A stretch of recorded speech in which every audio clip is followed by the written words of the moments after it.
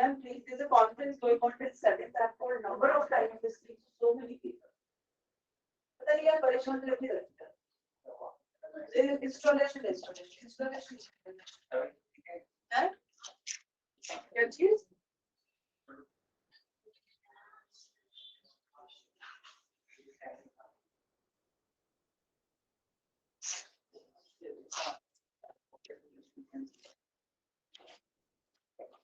बोलो फिर क्या करना है?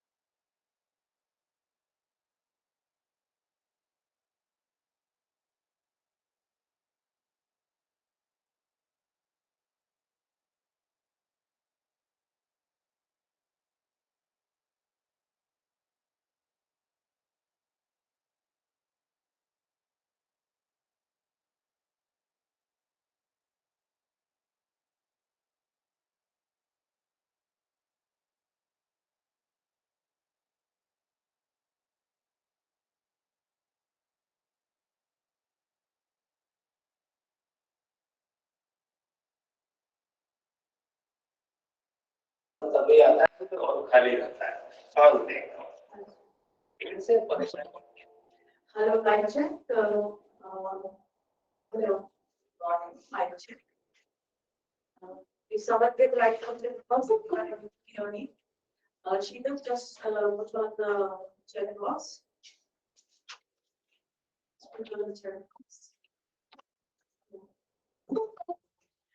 I really hope that everyone is able to hear me properly. It's not just me speaking on the chat box.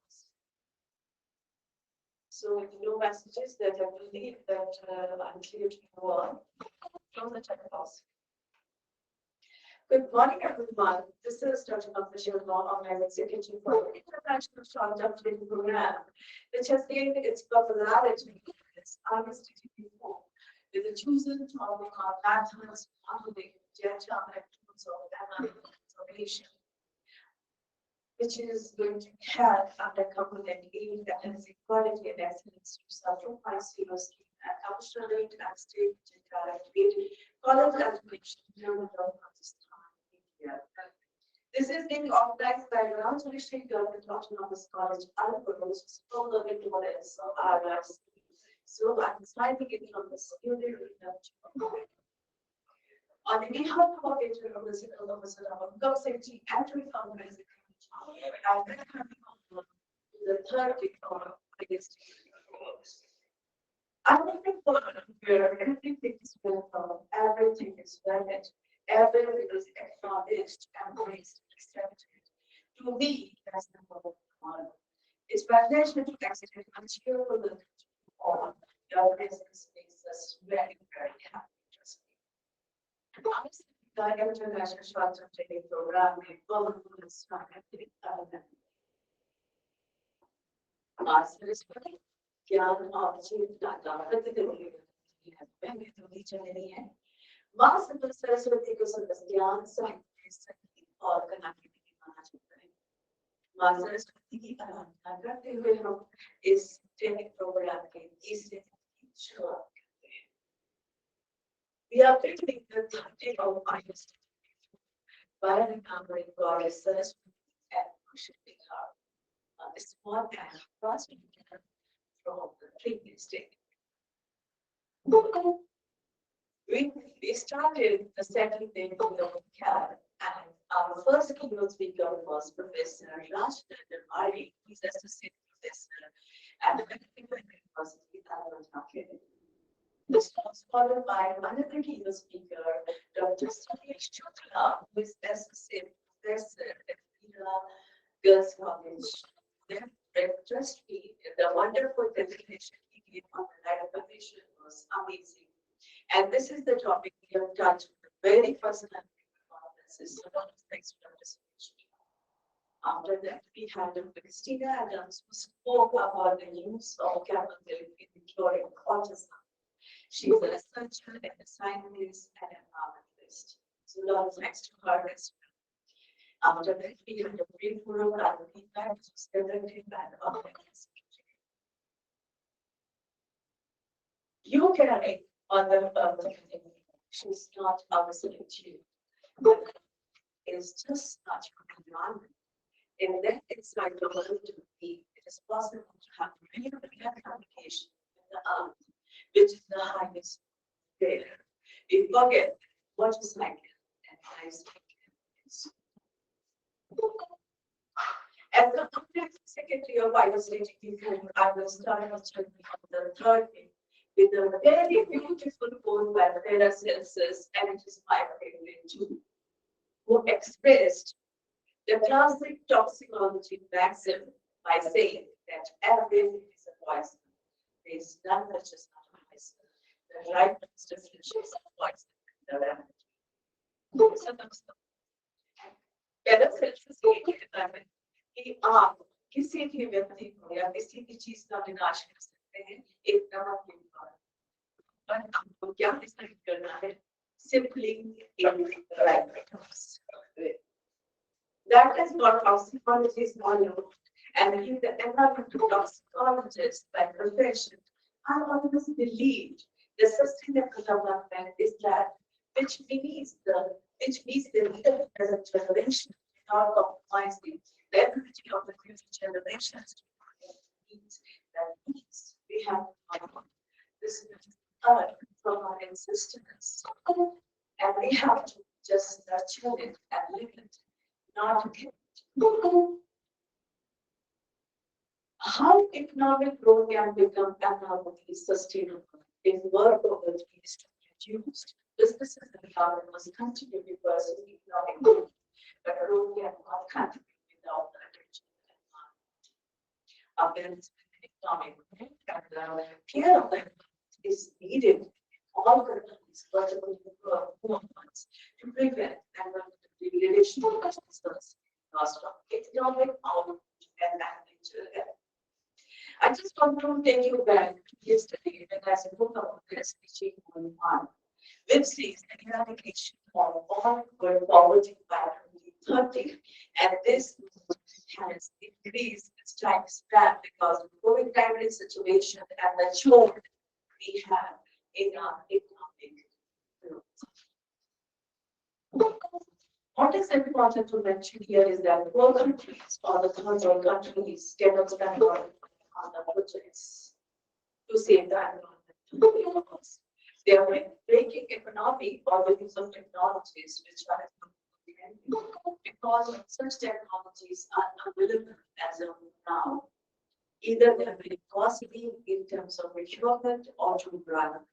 Or it is not possible for the drug companies to procure them in any way.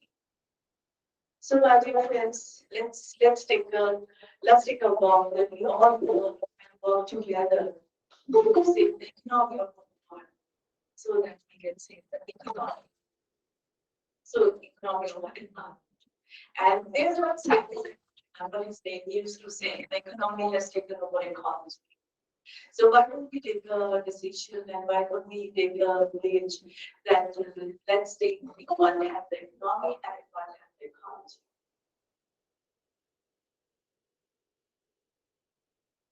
We are from the different countries, but if one country arranges the environment to other countries cannot remain unaffected, so the environment and the sustainable development is a right on class to every country, every person who's living on this. We may have boundaries of India, America, Canada, Pakistan, China, but there's a major earth. So if one country reaches the environment, other is also affected equally.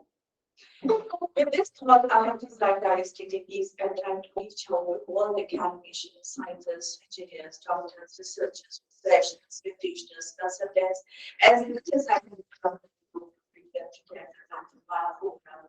Discuss its findings about sustainable development, environmental change, conservation of natural resources, and development of alternate sources of power, while reducing the pollution and harm.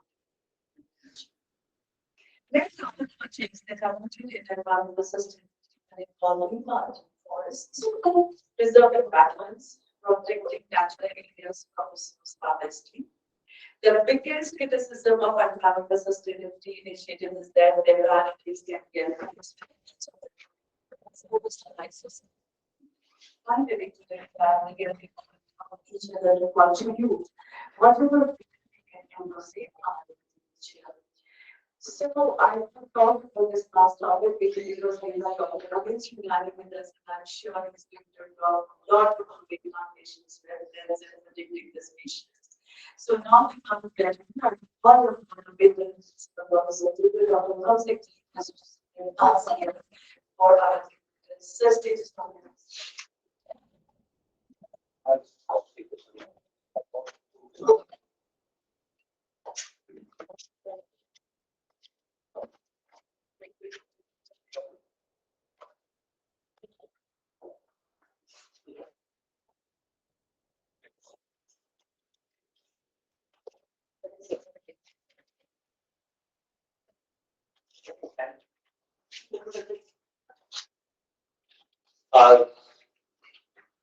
Turkish,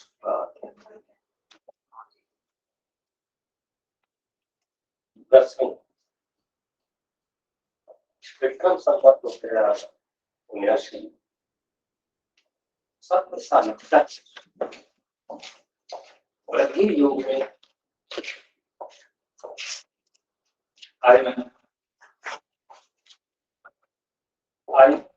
ISTTP-4 is a element.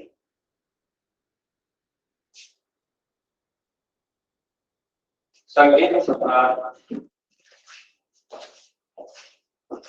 alitas kreasi. अब programme की तरह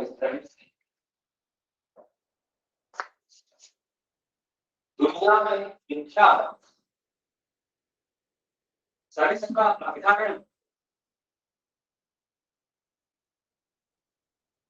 की तरक्की से राज्य सरकार के सरकार जिला पलवल के राज्य ऑटोनोमस कॉलेज जुबली सभागार से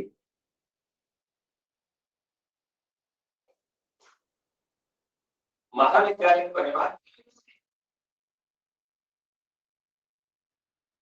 इस अंतर्राष्ट्रीय कार्यशाला से जुड़े 25 देशों के 2000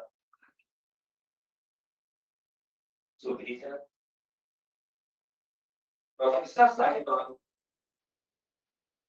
विद्यार्थी व्यवसाय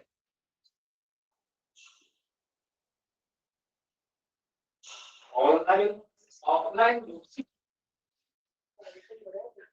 जो भी हमसे जुड़े उन सभी का महाविद्यालय प्रकार की हार्दिक स्वागत।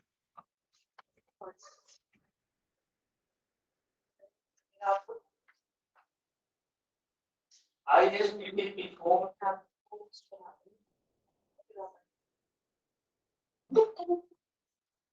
का आयोजन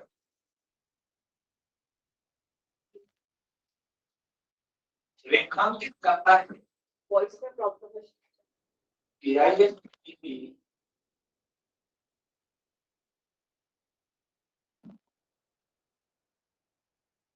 1, 2, 3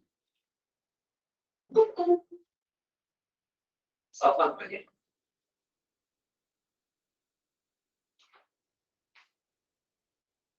दुनिया की जो भी है जो पर्यावरण के प्रति सचेत है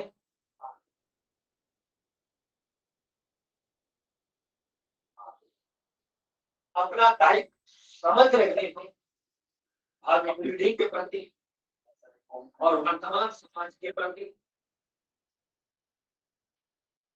वो ऐसा कार्यक्रमों की यज्ञों में अपने व्याख्यान श्रवण उपस्थिति से आहुतियां दे रहे हैं। मैं उन सभी का आभार व्यक्त करता हूं कि आपके सहयोग के बगैर हम इस तरह के कार्यक्रम को करना बहुत मुश्किल कार्य है।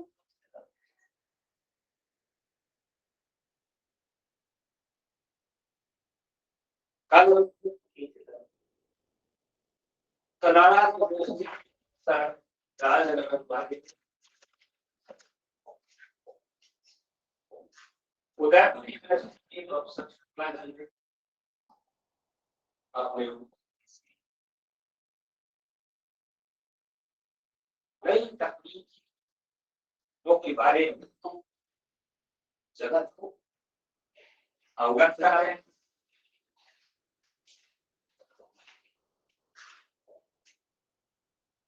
उनके प्रति मैं तहे दिल से आभार व्यक्त करता हूं और आज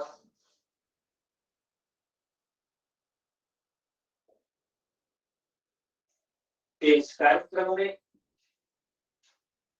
हमारे जो वक्ता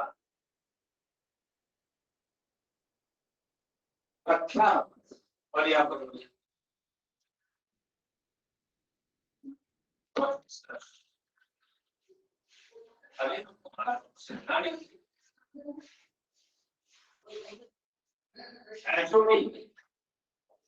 पर्यावरण विभाग गंगा राजस्थान का मैं प्रदेश से स्वागत करता हूं, अभिनंदन करता हूं। प्रोफेसर सेक्रेटरी हाल ही इस वर्ष और इस महाविद्यालय द्वारा अगस्त में आयोजित अंतर्राष्ट्रीय सेमिनार में आप अध्यापक न केवल हमारे उस सेमिनार की शोभा में आप हमारे जो भी टास्क हमारे आप सीखने में रुकिया उस कार्य एक सफल शिक्षक की वर्दी उसको पूरा किया। मुझे याद है उस 3 दिन के प्रवास में प्रोफेसर शर्मा जी स्वयं आयोजन की प्रतीक और ये आयोजन की भूमिका में अपनी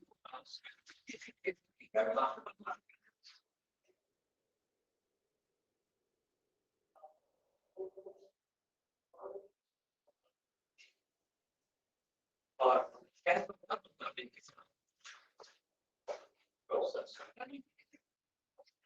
एक सवाल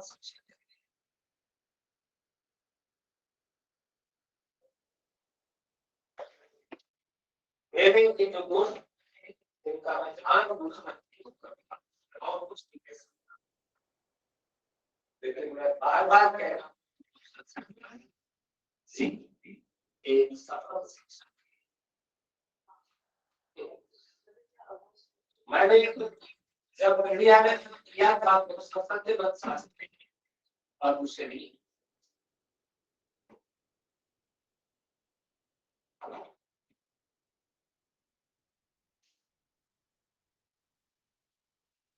जिनको एक बार ज्ञान पुरस्कार दिया गया सौभाग्य का शिष्य जब मैंने इंडिया में पर किया था तो मैंने व्यक्तित्व का आकलन करने के बाद विशेष श्री मानव कुशल ज्ञान शास्त्री एक सफल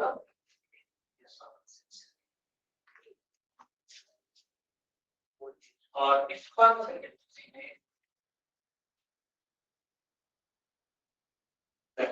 आवाज उससे खरीदना और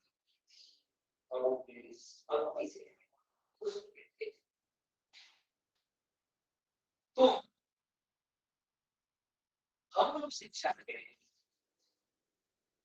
हमारी सफलता इसी में है कि सवाल जगत हमारे बारे में जानने की सोचिए और जगत आपके बारे में जब जानने का जब सोचेगा कुछ करोगे समाज के लिए संसार के लिए कुछ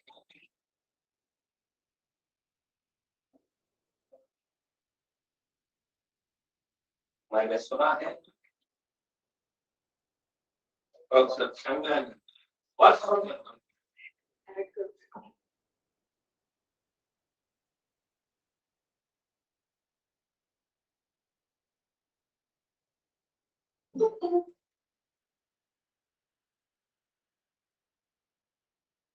जगत में केवल मानव ही प्राणी है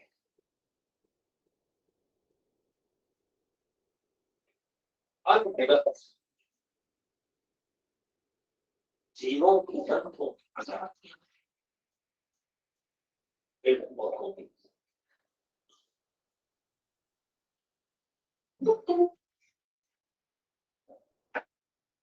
जितने हम प्राणी मानव के लिए चिंतित है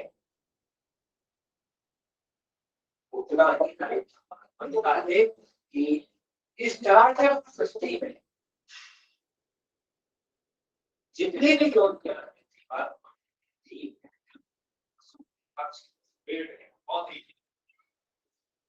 साइंस है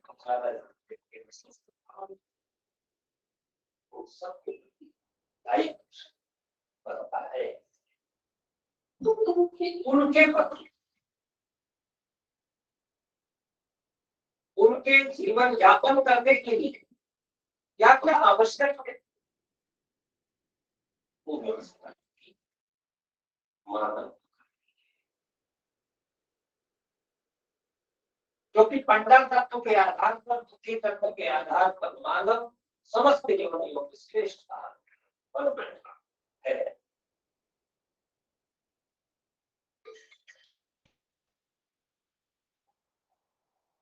शास्त्र कहता है आहार विद्या एक समान वस्तु की बुद्धि आहार निद्रा और मैथुन, ये चार चीजें मानव में, जीव जंतु में पाई जाती निरंतर क्या है। बुद्धि के साथ बुद्धि तक पंडा तक भी हमारे पास ऐसा है जिसके कारण विशेष समस्त जगत में उसे बड़ी, तो उसकी ड्यूटी है समस्त जगत के प्रति वो अपने टाइम, जैसे व्यक्ति अपने परिवार के लिए व्यवस्थाएं करता है, अपने संतान के लिए व्यवस्थाएं करता है, अपनों के लिए व्यवस्थाएं करता है, वैसे ही जगत के लिए व्यवस्थाएं करनी होगी, करना चाहिए। कभी तो मतभेद कभी इस देश का पार्टी का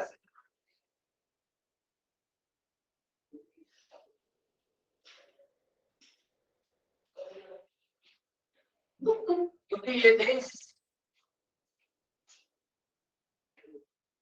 सामान्य नहीं है, विशेष।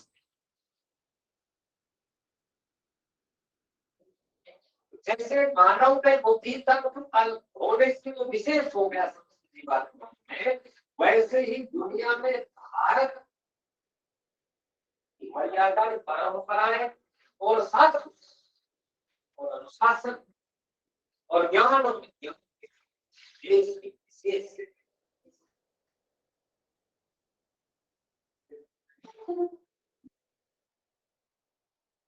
और इसके लिए इतना ही कहना पाएगा कि ये दुनिया का इस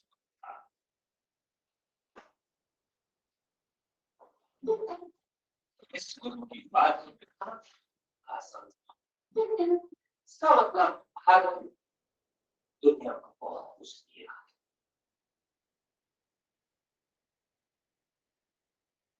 और आज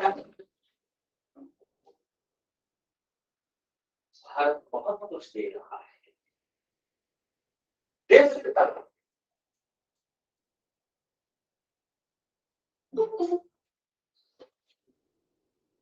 भारत दे रहा है, भारत दे सकता है, इसका मतलब भारत के नागरिक, भारत के सिटीजन वो लोग जो इस पर्यावरण संरक्षण के लिए चलाई जा रही प्रयोगशाला, कार्यशाला में अपना योगदान दे, इसके माध्यम से अपने बात को कहना चाहते हैं, जगत तक पहुंचा है।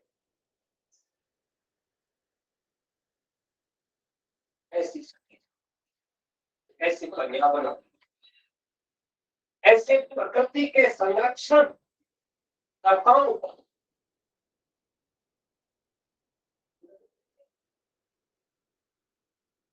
भारत को है। और जब हम सब मिलकर ये काम तो भारत माता की स्तुति से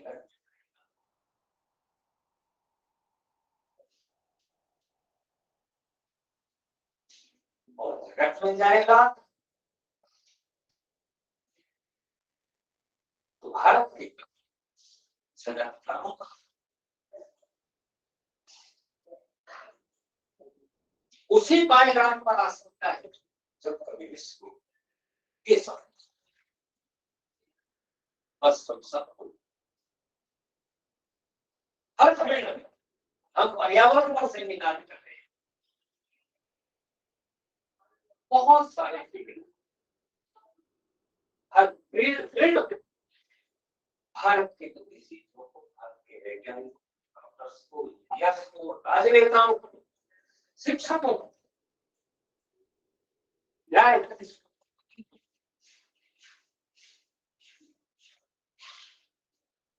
अपने छात्र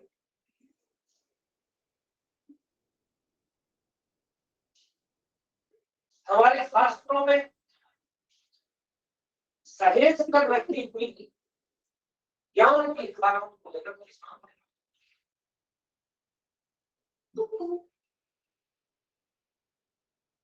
अभी सही माना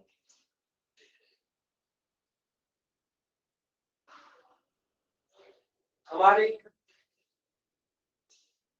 पीढ़ी के गायक वर्तमान में पीढ़ी के गायक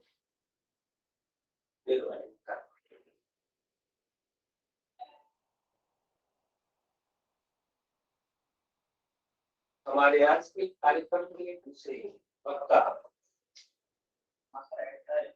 doctor Satyabhan associate professor BSR government college आप अर्थशास्त्री और दुनिया के देशों में प्रोफेसर सत्यभान ने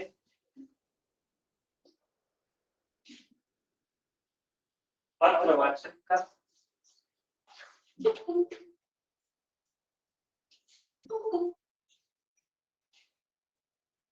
न केवल अपनी प्रतिभा अपितु भारतीयता दुनिया की मंचों पर एकांकित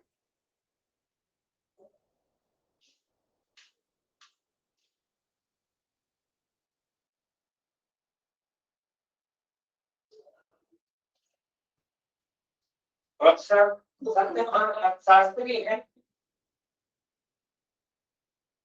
लेकिन हमारे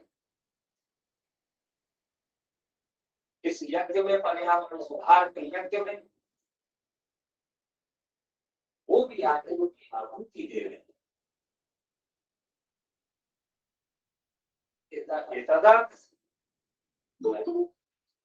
उनको भी साधुवाद देता हूं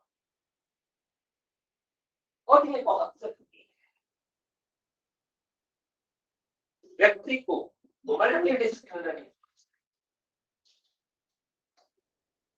मैं संस्कृत का विद्यार्थी हूँ मैं विज्ञान कॉलेज का प्रिंसिपल हूँ लेकिन मुझे नहीं लगा कि मुझे कोई देख रहा है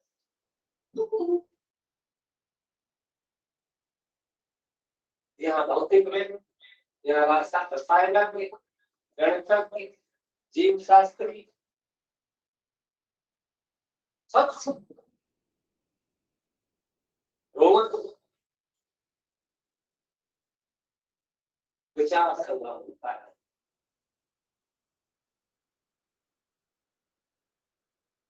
मैं जहां तक मुझे याद है 9वां इवेंट चाहिए अंतरराष्ट्रीय एक साल के और राष्ट्रीय लोकल पता होते ही तो मुझे कहीं ऐसा है मुझे नहीं लगा कि साइंस कॉलेज में भी नहीं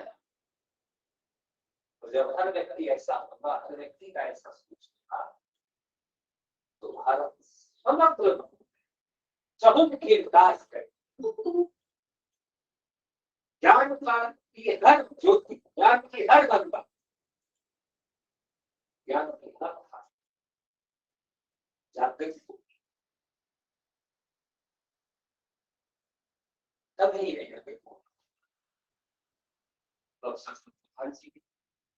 का साधुवाद याद रखिए व्यस्त समय में समय निकाल कर हम समय में रहे क्योंकि हम स्थानीय आयोजक हैं तो हमारी दायित्व ही है कि हमसे जितना हो सके और साधुवाद को सत्यभान थी और तीसरे आज हमारे कीनोट स्पीकर हैं doctor Prabhudev MS HOD auto engineering,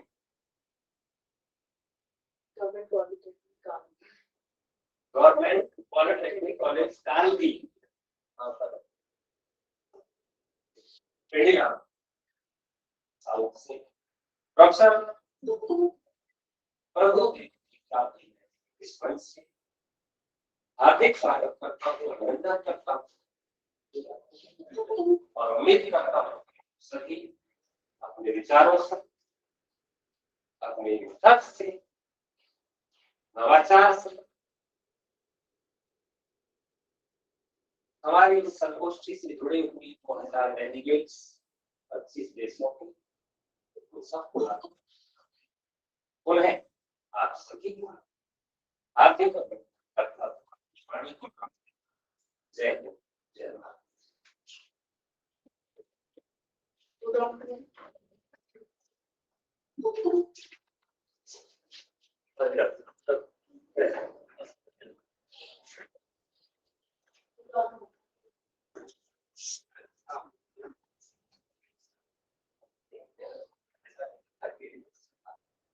Thank you so much, sir, for your kind words, and we really appreciate the support for joining all of us. Now, without taking much time, with a lot of institutions, I would like to call upon our first keynote speaker,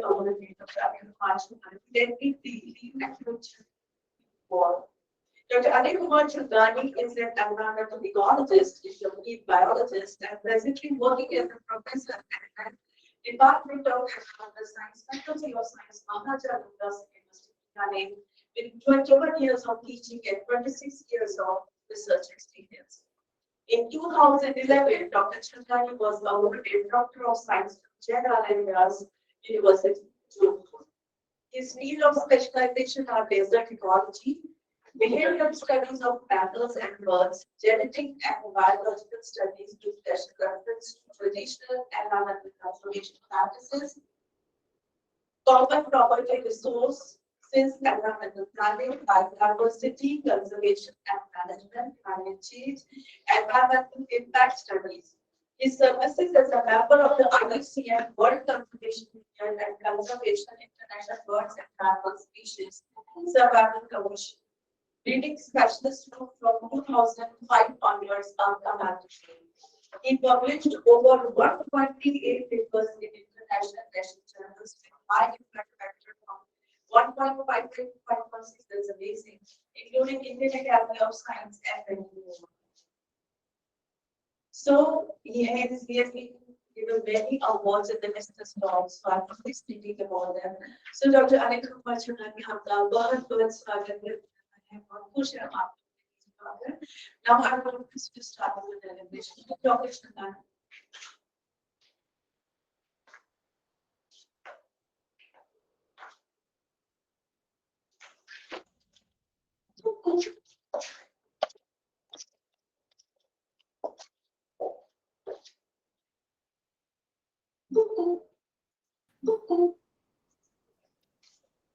Hello, am I audible? Yes. Thank you so much, Dr. Mamta Sharma, for giving me this opportunity and nicely arranged program. My special thanks to Professor Hukam Singh ji, Principal RR College, and definitely Organizing Secretary Dr. Mamta Sharma.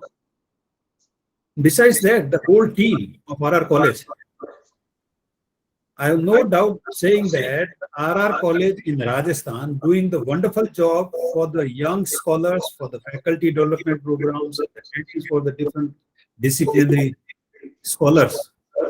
And since last 2.5 years or 3 years, I am associated with RR College in one way or another. And everywhere in the academia, this is the well said that RR College is organizing wonderful programs, and besides its own autonomy, they invite people from internationally, and they are in a position. And I think as and when you have good programs with you, people from abroad want to join that program as a participant, as a scholar, as lecturer, or as resource person. So I'm so thankful for giving me this opportunity. And My special thanks to the audience. Why we all here to preserve environment, bioresources, and biodiversity on this planet. So we have learned in the field since last 25 or 30 years. And now this process should be continuous through the participant of this training program. They are our ambassador now. They are the representative of scientific conservationists and managers biodiversity and bioresources on this planet. So with the help of local technical assistance, I will enter in my presentation. Please help me out.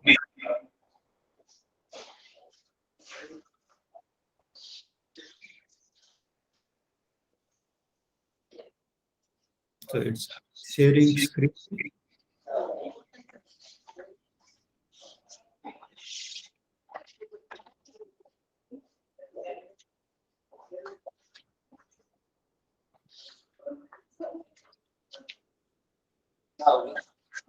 The picture.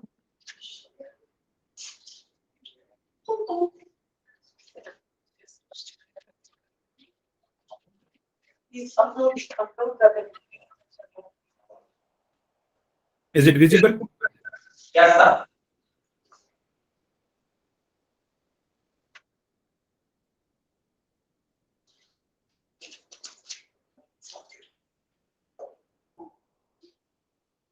Since I have some problem in the software, so I may need assistance to get full speed. Raise at 5 minutes. F5. Yes, sir.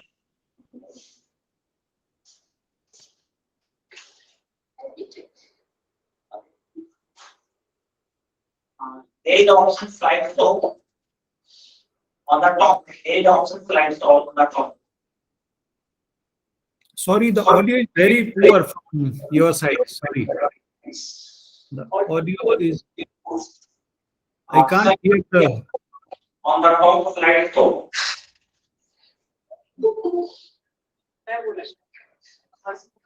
Hi, Dr. Shinghani, can you hear me, Dr. Mamta here?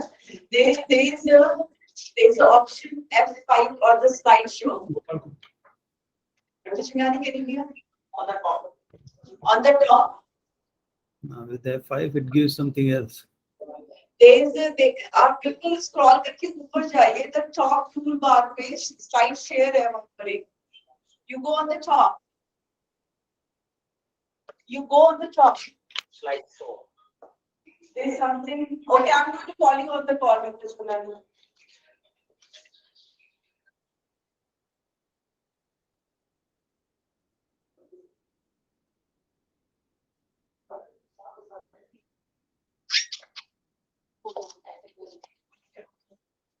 Yeah, it's done. Yeah, it's done. We can see it.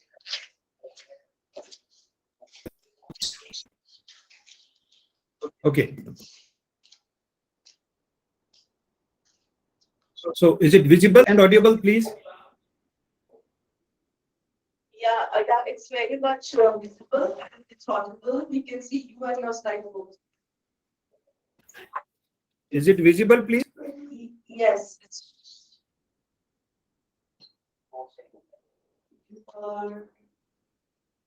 There's something called. Am I audible? Dr. Chinani, I think there's some mess because I can see the screen, but I get stuck in two places.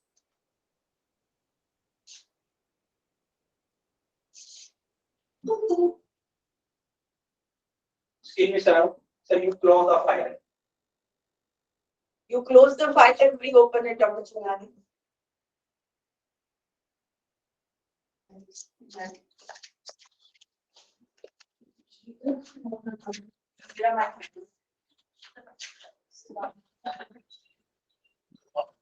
Am I audible? Yes, sir. Because I can't hear anyone from you or from admin. Can you hear me, Dr. Chinani? Hello, can you hear me?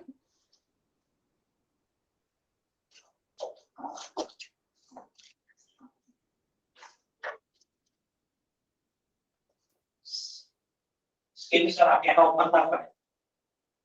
Forward presentation.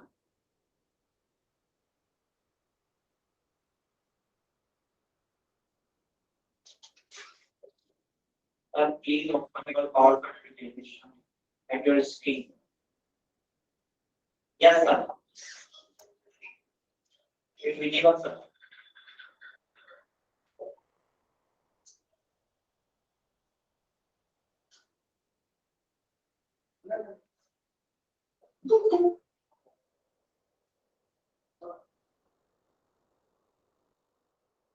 thanks, visible.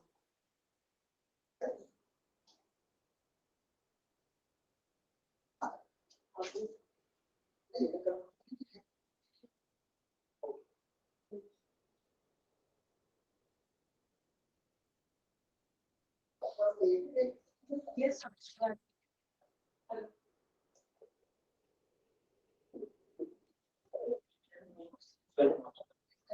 Some If I'm audible and my slide is visible, please send me a message. you close the please reopen it. So you close the file, please reopen it.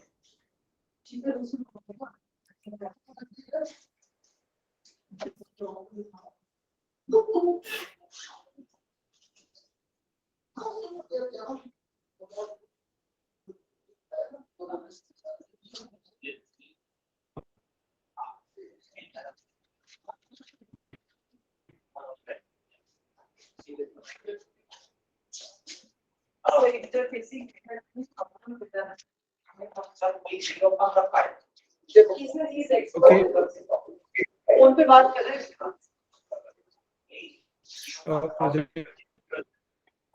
Yes. अभी की screen share होगी पर वो file नहीं At your screen. Sorry, stop the sharing. अब sharing करवाओ अब sharing करवाओ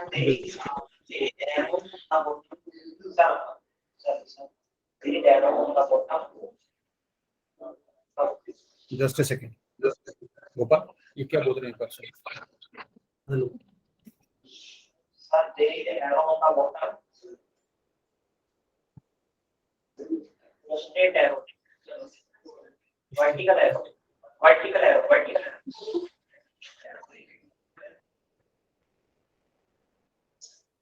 Sir, there is an arrow. Present now. हाँ कर दिए. And Enter your. select the maintenance key. Okay. And select the window And and share. share. And share. ऊपर. हो गए. Share हो गया.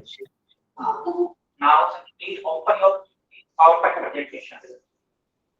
Now, open your PowerPoint presentation. Yes, Okay. sir. But I can't hear anyone.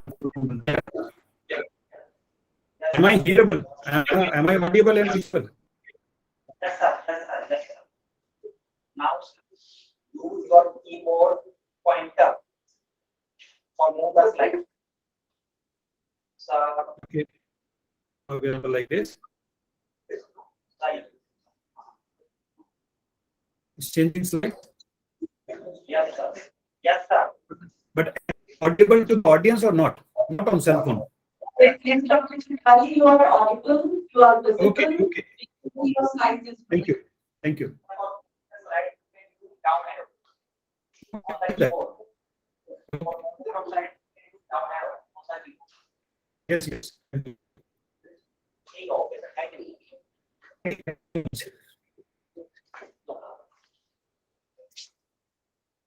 So thank you so much for your nice technical assistance. We people are getting old and we are not acclimatized with these latest gadgets and software. But we'll try to accommodate and want to share our experiences with blood. So today's topic is about how to use the latest technologies in biodiversity conservation and management. That is very important because wildlife manager is not expert of all kinds of technical tools. As an academician, we are not able to understand the technology and management part of any wildlife and biodiversity issue. So it is very important to sit together and use the available techniques and tools to come out with a proper solution and proper management of any given species or biodiversity of any given regional area. As we all know, that majority of world's population is heavily dependent on biodiversity. For example, all of us had morning breakfast, about 200 gram or 150 gram, and it is all produced by the mother nature. So mostly people, all the living creatures, including humans, wildlife, biodiversity, livestock, all the creatures are dependent on biodiversity for their survival, for their livelihood. People, especially particularly the tribal and traditional communities living around the forested area and the common property resources, especially the farmers, the pastorals, the fishermen, the hunters, the gatherers, they are totally dependent on for their survival and livelihood on the natural resources. That is why we need to preserve all kind of biodiversity. And this biodiversity, in a simple way, how it helps us. For example, recently we faced COVID world over. But in India, especially in Rajasthan, if I talk about especially the Thar Desert, people's mortality rate is less compared to the other part of the world. People's recovery rate is better than other part of the India and other part of the world. And it is purely because of the Thar Desert diversity.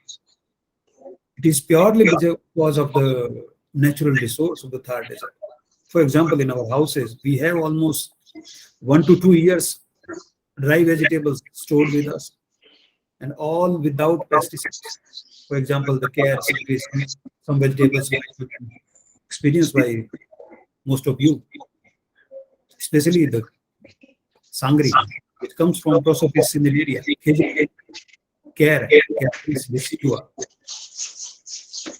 kumat, Acacia senegal. These are all natural produces and food part. There are hundreds of grasses produced by nature which has been consumed by the livestock.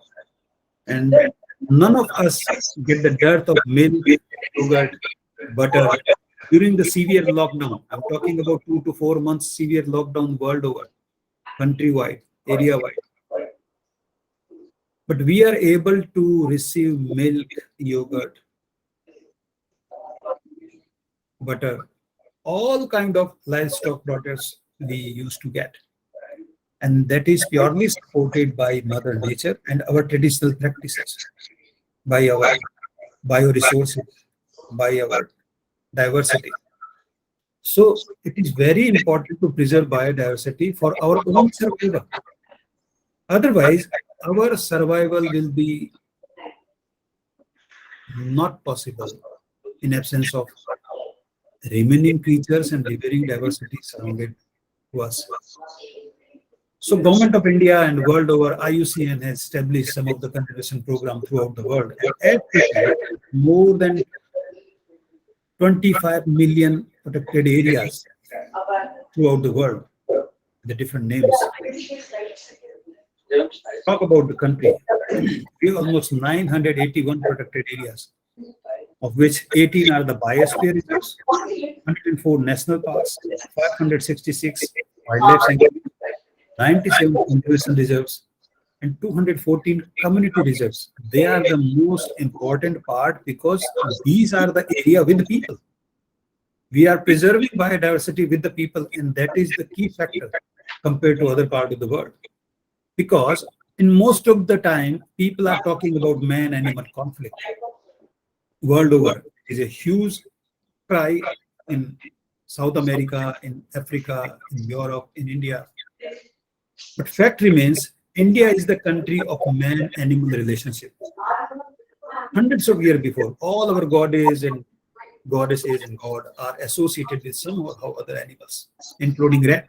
Lord Ganesha has been given rat, peacocks, lions, tigers, all associated, elephants, all associated with some other god and goddesses. We have all 84 crore Devi Devata. Biodiversity, the scientists Experts of biodiversity recently discovered we have 84 crore species world over, which has been said by the Indian mythology some thousands years before. So we need to understand the local ethos, the traditional knowledge, and then the use of latest technique, how we can improve upon. That is the key factor of this my presentation. So all kind of biodiversity, these are the flagship species, whether it is tiger, whether it is leopard, whether it is wolf or jackal. They are the flagship species of any given geographical area, whether it is Vindhya, Himalaya, Aravalli, desert, coastal areas. So these species are representative of particular ecosystem, and that ecosystem contains variety of biodiversity, which is being utilized by people day-to-day life. These are some of the herbivores, blackbird, spotted deers, monkeys. And these are the commensal species, many of the primates. Whether you go to the North India, you will see rhesus monkey. You go to the South India, you find the bonnet macaque. In Northeast, you find the Assamese macaque. In West and Central India, you find Hanuman langurs. And they are all living with the people. So the beauty of Indian biodiversity is that they are with the human landscape. They are available and very much utilized by the people. That is the key factor of our survival and sustainability of biodiversity. Many threatened species and birds are around people in human landscape. For example, the long-billed vulture and white-winged vulture, great Indian vulture. Many of the reptiles listed in Schedule 1 of our 1972 are available around the people in India. And livestock, as I was saying earlier, this is the backbone of our survival during COVID. And that livestock has been sustained by the desert biodiversity. So livestock, wildlife, human, they all are integral part of the ecosystem that we need to understand. And to understand this scenario, we are using the latest techniques and giving some examples of the Aravallis or Thar Desert or GIS. So, what are the ecological process on the ground through succession or through invasion? What are the happenings that you need to understand by using some of the latest techniques and some of the tools? What kind of relationship do the processes and used to have for water? How species are associated? How the ecological disturbance or invasion change the scenario of the ground reality? In a nutshell, does struggle over ecological changes increase or decrease floral and faunal biodiversity? That is the main question. So use of satellite images to analysis, use of GIS to radio track any given species. So in this example, we have used the spot satellite images, which were earlier in 1999 or 2000 when I was a scholar. They used to be the spot satellite data 20 meter by 20 meter.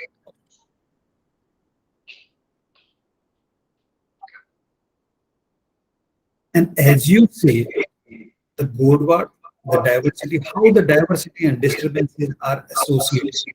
That is the key issue which can be represented with the GIS maps. As you see here, this is the Kumbhangarh Wildlife Sanctuary.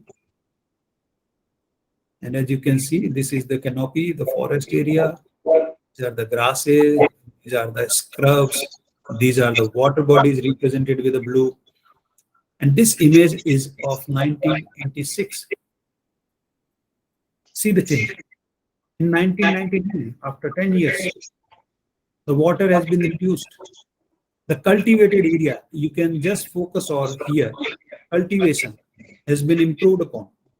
See, cultivated areas are very few, all along the dry rivers and seasonal rivers.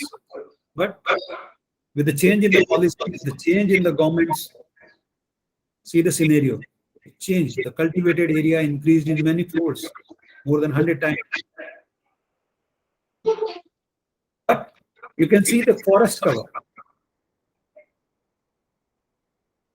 Both the slides. Forest cover has been improved. And that's the different story. If the technically you see the forest is increasing, it is not the 100% fact. You need to check on the ground whether it is invasive species, whether it is Prosopis juliflora, whether it is lantana. Yeah, that needs to be checked manually on the ground. Similarly, another example, this is a village and a very latest study conducted by my scholar and me. The Khari Charnan, a village near Bikaner. And this Landsat data with the GIS technique, you can see this is the image of May 2014. You can see the number of water bodies. All the blue dots are the water bodies. They are more than 100.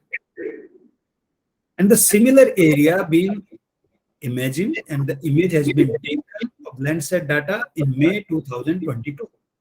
You can see the number of water body has been decreased, but what kind of ground changes happens there that you need to go into the field and check.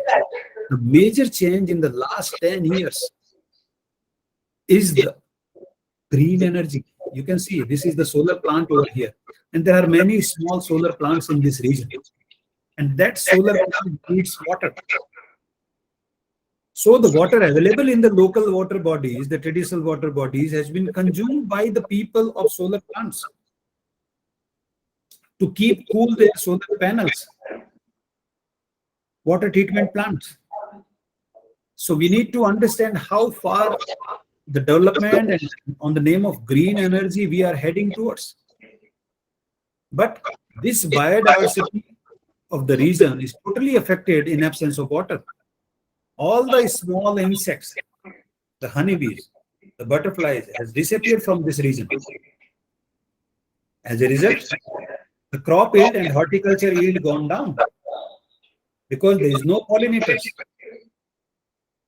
People are using artificial pollinations. Many of my friends calling me from Jaisalmer, Jaipur, and part of Bikaner. They're, Dr. Saab, you are in Bikaner, there's agriculture university. If you can buy 2 kilograms of pollens of date palm, that will be useful to get our production done, because male plants have been flowered and females doesn't. So we need pollinators. They are brushing artificial pollination even in the many of the fields, horticulture fields, they are using that. So in the name of development, in what direction we are heading for, we need to understand that. And this image, this picture, theoretically, you cannot explain people. But with the satellite data, you can prove them that the utilization of water by these solar plant companies has been so extensive that the diversity of this region has been gone. We are still doing continuous studies on that. The temperature has been changed. So how this is affecting the biodiversity, local biodiversity, can be represented with the technological uses, with the use of satellite data. And they are nowhere. It's a challengeable thing. It's very scientifically recognized thing. With the longitude, latitude, one can go and check these coordinates after so many years. These are the ground changes. And what kind of changes happen, that you need to observe by your own manual observations and photographs. And if you don't have access to these kind of sophisticated techniques, very simple, your cell phone, nowadays you have the Google Earth software. If you go to that software, there is a site, you go to the history of that region. So without changing the longitude, latitude, if you change the historical scale, that image in 2000, with the date, it automatically says, and that scale runs over here. So the given image in 2000, these are the number of tube wells in Satasar area. In 2012, within 12 years, you can see this is Satasar. The longitude, latitude is same, and number of tube wells has been increased so many. So this is how we can use the simplest gadgets, simplest tech. This Google software is also running with the GIS, with the satellite. They are capturing image and loading on the Google Earth. So you can very clearly see the image of Satasar in 2000 with number of limited agricultural fields, and that changed in 2012 more than double. So this is how you can use these techniques to understand the changes to plan accordingly and manage the given area and biodiversity of the region. So that area of forest can be monitored with these techniques, with the GIS and with the satellite images and with the Google Earth. So the ground changes, whether it is coppicing, whether it is dry wood collection, firewood collection, in the day and night, that you need to observe. And the changes happen on the vegetation, on the faunal diversity, on the biodiversity can be observed, supplemented with the GIS tools. So the disturbance on the ground is very much visible in any of the given protected areas, whether it is wildlife sanctuaries or national park. People living in the periphery always dependent on the natural resources and biodiversity of the forest area. They usually come and collect the dry woods. They collect the leaves of the particular plants. For example, for their livestock, they are harvesting and they are chopping, the coppicing, the tree branches that can be fed by goat and cow and other animals. Similarly, the stall feeding purposes of the pasteurized animals can be supplemented with their diet with Butium monosperma. This is a very common plant species in the Aravalli and even around the Alvar, around Sariska. And people living in and around the protected area, they're feeding these plants to their buffaloes and cows, especially the lactating females. And by that way, they are increasing their milk production. So that kind of traditional knowledge and traditional practice need to be understood first. So the intermediate disturbance hypothesis says that the degree of disturbance always increase the diversity at certain level. And that can be proven with the satellite and ground data matching. For example, we did a study in 86 and 99 data. I showed you earlier how agricultural pattern change in the last 14 years in and around the Aravalli. And the similar thing can be observed here. If you can focus your vision over here, this is the green belt, and this is the belt which is changed. These 14 years. In the next slide, you can see this is the simple example of mosaic. People on the ground collecting resource from one area and 2-3 area, that area reclimatized, and the biodiversity from locally shift 200 to 400 meters left or right for the area to area, whether it is for grazing, whether it is for tree cutting, whether it is for lopping. The disturbance on the ground is not damaging forest as such. You can see the image in 1996, the vegetation from this corner to shifted. Here, let's focus over here. How this green satellite image showing the change in the vegetation. Let's see here. Let's see here.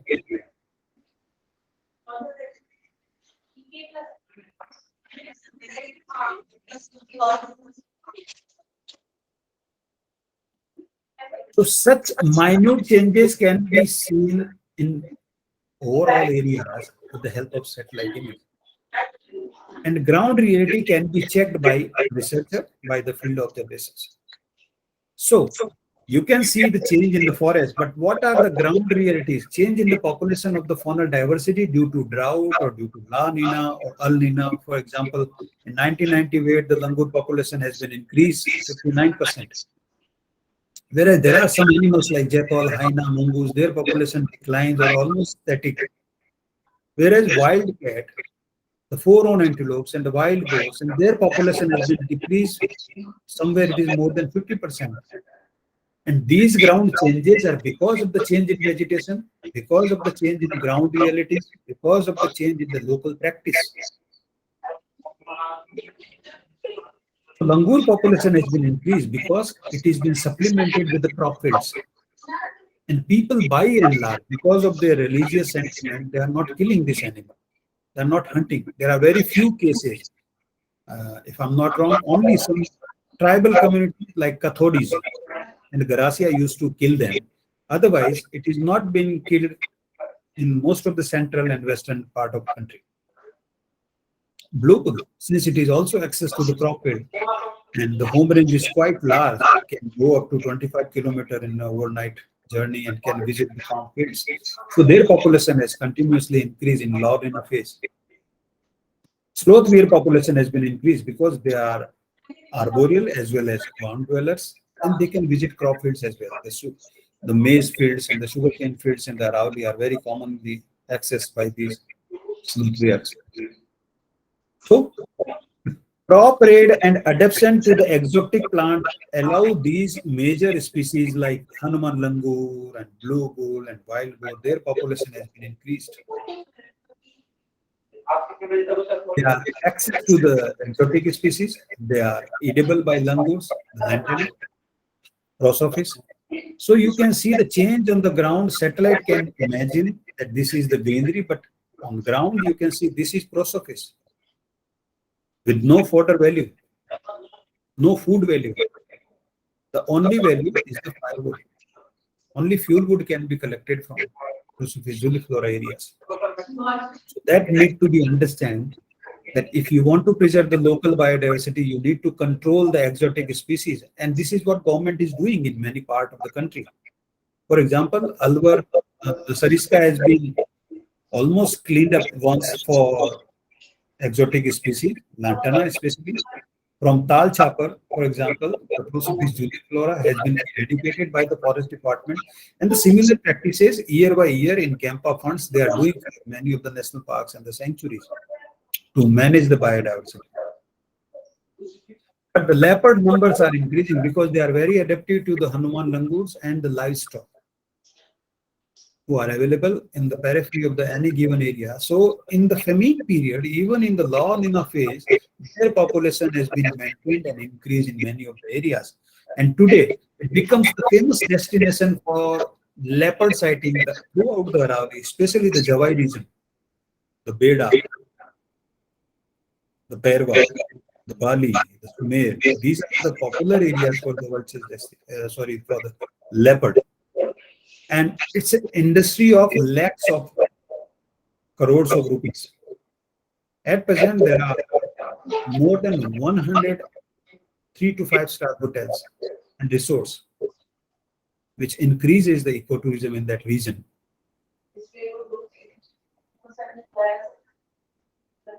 Leopards number has been almost static. Wolves number has been decreased because, as we know, there are some specific and intra-specific competition and inter-specific competition. When the number of leopard is increasing in any given areas, the number of wolf has been decreased because they have been shifted from that area. And why they are shifted? Because due to less visibility, availability of land forces them to go away from that area. High number is static, just showing decrease in scientific data percent. Adults, Chinkara number has been decreased in Bulgaria because they have not access to the crop field. Their home range is very restricted, and predation of leopard has been increased manifold in that area. So, similar kind of study conducted with the vultures using the latest techniques. As we all know that vultures are now decreasing throughout the country. We have access to almost 7 species, and this is the unique picture in which you can see, say, 6 species together. This is Himalayan griffon, long-billed vulture, Eurasian griffon, Cinereus, Egyptian, and white rump. So this white rump, long-billed, and Egyptian are the resident species, breed in this area, different geographical regions, whereas Cinereus vulture, Eurasian griffon, and Himalayan, they are the migratory vultures. They're visiting this area from October onwards, and they stay here till March. And if the atmosphere is conducive, the temperature is not rising, they may stay here up to April.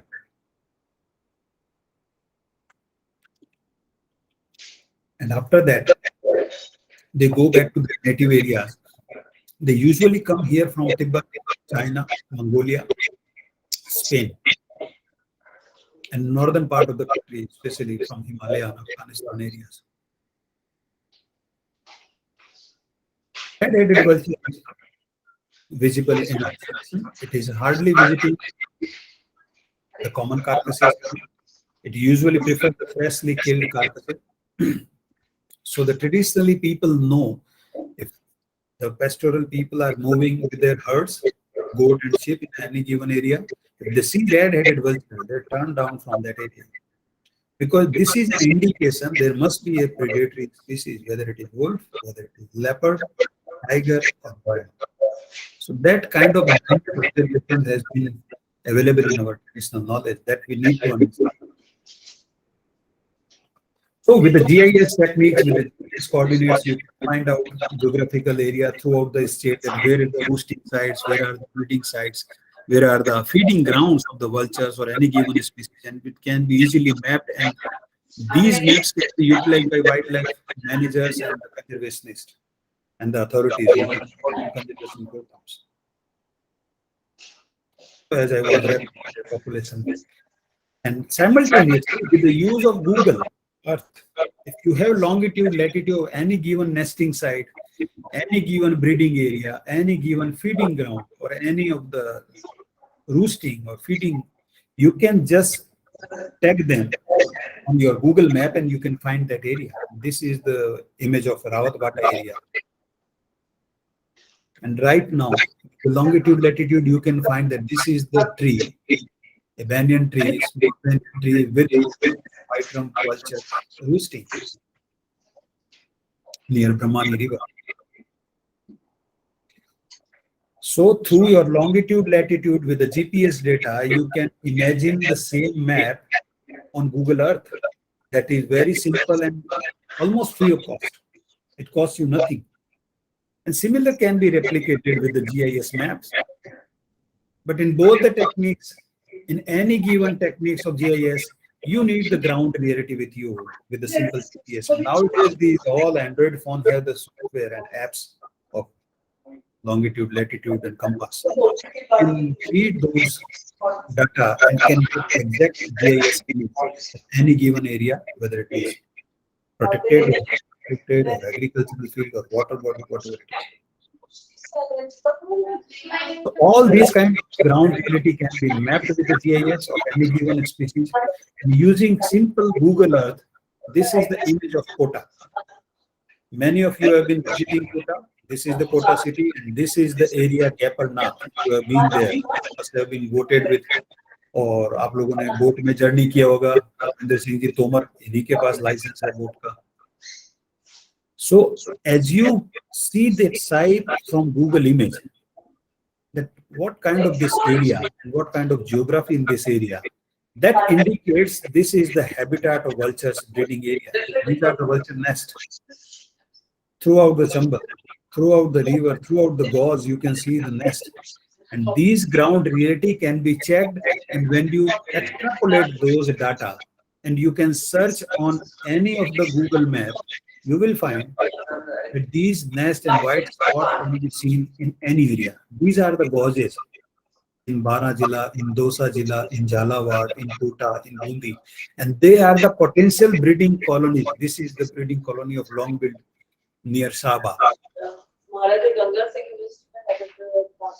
So with the mapping or satellite image or with the GIS, you can imagine and you can come out with the good information in a shorter period. That's the use of technology. And similarly, all these causes are full with the breeding colonies of long-billed vulture and white-rump vulture. If you go to the ground, you will find the similar kind of gauze and similar kind of breeding sites with the white spots. Most of these research, these satellite images were very costly by that time when I was a researcher. So we used to cooperate with the US Wildlife Service or any of the international agencies. They will provide us. They usually provided us with the funds. They provided us the satellite image. They provided us the satellite tags and transmitters, different kind of gadgets. And for that, you need to train yourself first. And I have been visited US Condor Breeding Center. As we all know that condor is the most critically endangered species some 40 years before when they left in the wild specimens. So the government of US decided to protect them, but many of the senators say why we are protecting. If dinosaur has been disappeared, so let the condor go. But some of the senators say they are going because of our hunting and poaching. Due to herbivores hunting, due to the lead by the gun, their kidneys and their digestive system has been faces problem and their population declined. So it is our responsibility since it is man-made mistake. So we need to preserve them. So the government of US spending crores of rupees to preserve and to reclaim their population. And now they have very nice captive breeding programs. And interestingly, no one is visiting those birds directly. They are all monitored with the camera. They are all monitored with the techniques. They are all supported with all kind of GIS tools, satellite tools, and latest technique. Even to see the egg, they monitor the X-ray of the egg to see the head and tail of the egg. All the condor available in captivity and in the wild are GIS tagged. If they go, they can trace wherever they go to the hundreds or 200 or 500 kilometers. They are all GIS tagged and satellite tagged and can be monitored. If one condor disappear, the helicopter go for the searching and find the last location and recover the back. So the similar kind of studies with the satellite maps, with the satellite tags, with the GIS, can be seen that many of the migratory species crossing throughout the world and crossing across the border, Indian continent and different areas. The name of species has been given here. So all these things possible to know and possible to understand for better conservation and management of any flagship species or biodiversity. These are the techniques, how their migratory movement taken place, how their originally native places are affected with the war or with some climate change, and why they are moving from that area, when they are moving. These are all possible facts we need to understand, and still there are many species which have not been explored by these techniques. So how far they are moving, that can be understood with only these techniques. Otherwise, we are not aware about their travel. 7,000 miles they're traveling, 9,000 miles they're traveling. Imagine 50,000 miles. A bird can migrate and go back, and how much time it takes. And that is all understood because of the satellite techniques and satellite transmitter. Recently, one vulture has been visited our Kanyakumari site, and I was since involved in this translocation work. And here, when it comes almost 8,684 kilometers from Spain to India, Kanyakumari, and he got injured because of electrocution or because of some other reason, he could not go back with the flock. So the government of India and Karnataka government decided to translocate them to Jodhpur, since in Jodhpur and Bikaner we used to have huge number of migratory vultures visiting in October. They are started visited. So this time they are going to release this bird with the migratory birds, and it is a kind of experiment or field experiment to see whether they are going back and taking this bird with them or not. Recently, the Bala, the migratory route of black-tailed godwit, how it is moving from Mumbai. This is all tracing, and all these breeding sites and non-breeding sites and local migration in 47 days, 5,000 kilometer travel from March 24th to June 11th can be observed because of the small satellite chip which has been tagged on this bird. That's the beauty of these small techniques, which come out with a lot of information, the ground reality, the temperature, the vegetation and the humidity and the elevation the bird is flying and how far it is flying. All kind of data can monitor from one system and one computer, and they are moving kilometers away. So I have been to US and I saw that how they are putting satellite tags, a very tiny tags, maybe 50 gram in the weight, and with the solar panels, and they can long last for 5 years. You can monitor those birds 5 years, and you can monitor as many as centers you want. You want to monitor these from US, you want to monitor this in India, in Alwar, in Jodhpur, in Bikaner, you can observe these birds and monitor their movements on computer screen. So it's a very small chip, and with the satellite panel over here, and with small radio. And many of the scientists in Smithsonian and in the US Fish and Wildlife Service used to fly with these birds with a small hand gliders and the motor engine gliders. paragliders. They move and observe their movements. But with this technique, it's very easy to monitor them on computer screen without spending any extra effort.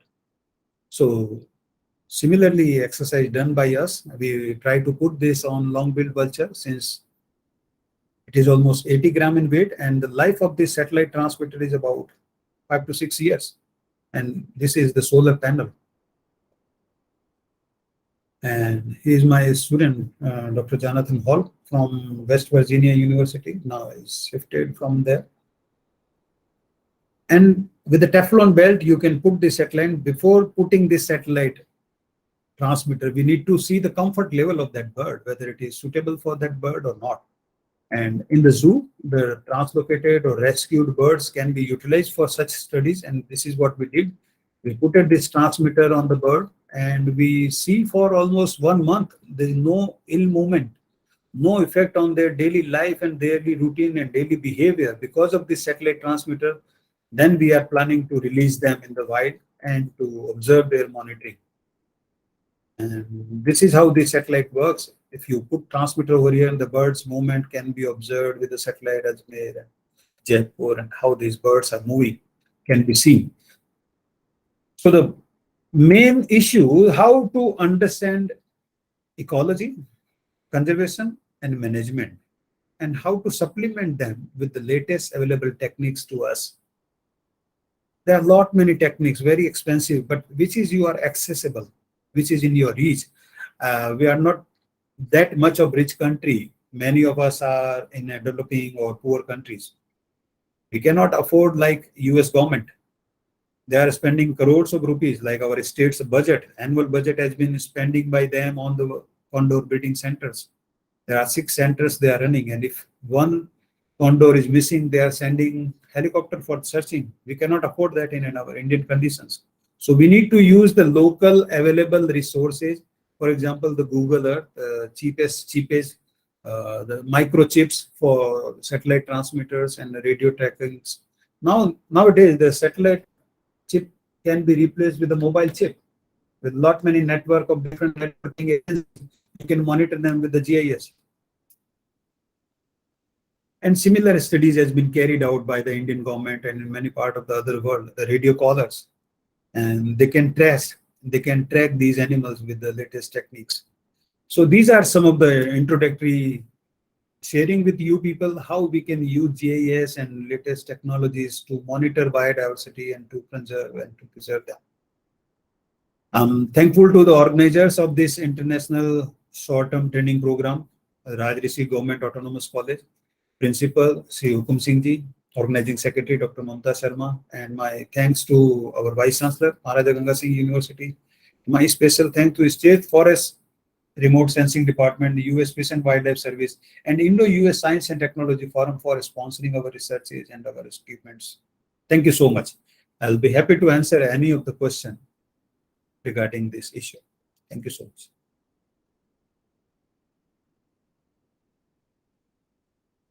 Over to you, Dr. Mamta Sharma.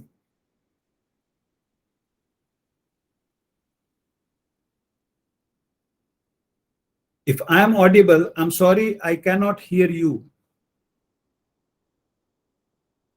It's not audible to us. I don't know if it is accessible to other participants. Am I audible? Even my voice is not very good.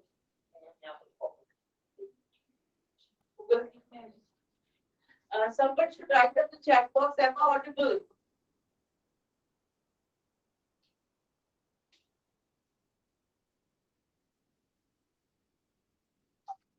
Am I not audible or am I audible? क्या मैं आपको सुनाई दे रही हूँ? Hello.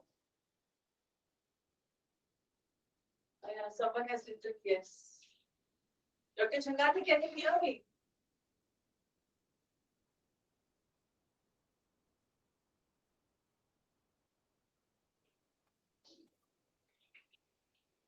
हमारे पास doctor Changani में कितनी जागृति है?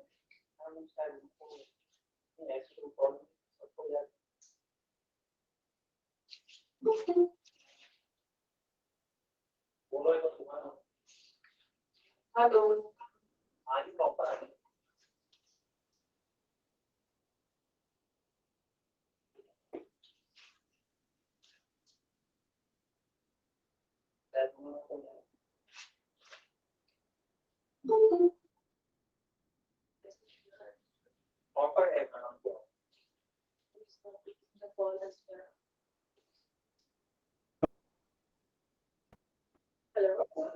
जी सिर्फ सबको आवाज सुनाई दे रही है, आपको क्यों नहीं आवाज सुनाई दे रही हमारी?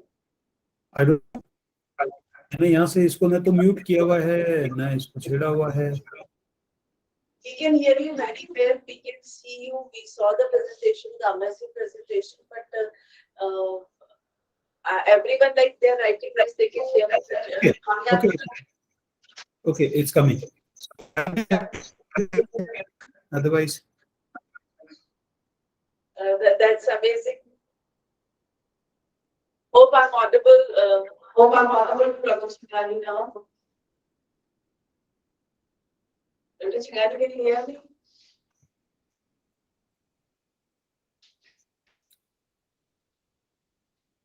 Okay, anyways, if there are no more questions, but I can see lot of beautiful compliments for you, Dr. Chingani. सबसे अच्छा compliment तो मुझे दिख रहा है कि बहुत सुंदर, very informative, very nice presentation. So आपको बहुत बहुत साधुवाद इतने खूबसूरत presentation के लिए. And because of gratitude and respect, I would like to thank you from all the organizers and the participants. That it was an amazing presentation. And whenever you come with knowledge and awareness for each one of us. Thank you so much, and it's a pleasure and a cherish you have with us, and we look forward to again and again. Thank you so much, and have a fabulous day today. So now we second keynote speaker who is with us, Dr. Satyavan Yadav. Dr. Satyavan Yadav is Associate Professor of Economics, and he's serving at ESR Government Arts College, Almora, and Rajasthan. He has 25 years of teaching and research experience, and he is a research supervisor. He has completed many research projects with many associations. He has published 7 books that is credit. He has been awarded twice the National Award, National Rajya Sabha Gaurav Award in 2009 and 2015.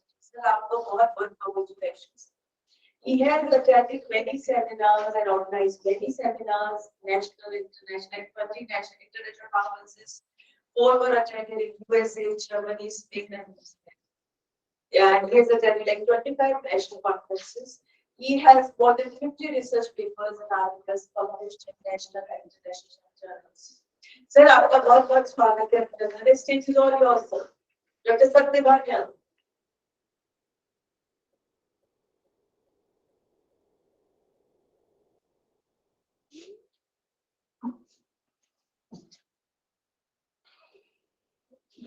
Thank you, Dr. Guptani. Good morning, all of you. Respected Principal Dr. Kamsingji, Organizing Secretary Dr. Mamta Sharma-ji, distinguished participants, delegates from India and abroad, and dear students. It's indeed an honor for me to be a part of this international training program on methods, modeling, data, to and tools of environmental conservation. You know, this is a very, very relevant and pertinent topic these days. I'm very thankful to Dr. Kamsingji and Dr. Mamta Sharma-ji for inviting me to present this paper on this historic day. The title of the paper is Economic Growth and Environmental Issues in India. However, just I was talking to Mamta that I present my paper with the slides, 2 slides, but due to lack of time, these slides could not be prepared. So I will present this paper online. So coming to the topic, there are few questions which have been addressed in this paper. We will discuss first of all what is an environment. Environmental issues in India, then government initiatives to tackle environmental degradation. Again, we will discuss what is sustainable development. This is also a very relevant and pertinent topic in these days across the globe, because this is very close related to economic development as well as to the uh, environmental concerns. We will also discuss sustainable development goals which, which were set by United Nations, and some of the measures taken by the government of India in order to improve sustainable development or maintain ecological balances. Also, we will discuss relation between economic growth and environmental sustainability. So these are the few questions which will be discussed in this today's presentation. You know, achieving economic development is very crucial for any country. But is it worth it if it comes at the cost of the environmental degradation? We were made aware of ill effects of environmental degradation in our high schools and colleges. But what about the economic implications of such issues or the benefits that sustainable development can offer to any economy? This article will break down the meaning of meaning and functions of environment, the various environmental issues and concerns in India, which we are facing at the moment. At present, the world's countries are aware of the crucial importance of reducing environmental pollution while maintaining economic prosperity. That is to say, decoupling environmental pollution from economic growth in order to achieve sustainable development, which has become a widespread objective across the globe. Therefore, there is an urgent need to achieve a balance between the economy and the environment at a national level. Therefore, by maintaining economic growth in size, the pursuit of environmental solution at the lowest cost is also an inevitable choice for achieving sustainable regional development. To address the chronic environmental problems, the Center in Provincial Governments have developed several action plans and implemented them in order to achieve sustainable economic development. So here, first we will discuss what is environment. However, it is a very common topic, but due to the multidisciplinary approach, some people must know about what is environment is. The term environment refers to the natural setting in which we live, which is restored to us by our ancestors. It encompasses the interaction between biotic and abiotic components. You know, biotic components are the living components, including plants, animals, birds, etc. And abiotic components are land, air, water, etc. That coexist to form this natural setting. So, environment covers all such type of activities uh, uh, in day-to-day life. In India, there are so many concerns regarding environmental issues. First of all, because industrialization and urbanization is growing in India. Also, population is growing. Again, poverty is also a major challenge in India. Therefore, it is directly related to environmental issues because environmental and growth are complementary to each other. They are not against any of them. Some issues like degrading air quality index, rampant environmental degradation, loss of biodiversity, urbanization in Himalayas, loss of resilience to ecosystem, lack of waste management, depletion of resources like land, water, air, etc., and growing water scarcity. So these are the burning challenges to humanity, or you may also go uh, uh, to any other every country. So government has taken several initiatives in order to combat ecological imbalances or environmental degradation.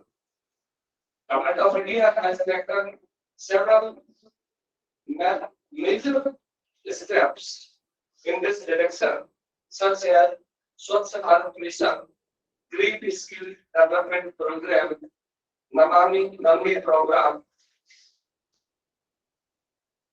Compulsory Afforestation Fund Act, National Mission for Green India, National River Conservation Program, and Conservation of Natural Resources and Ecosystem.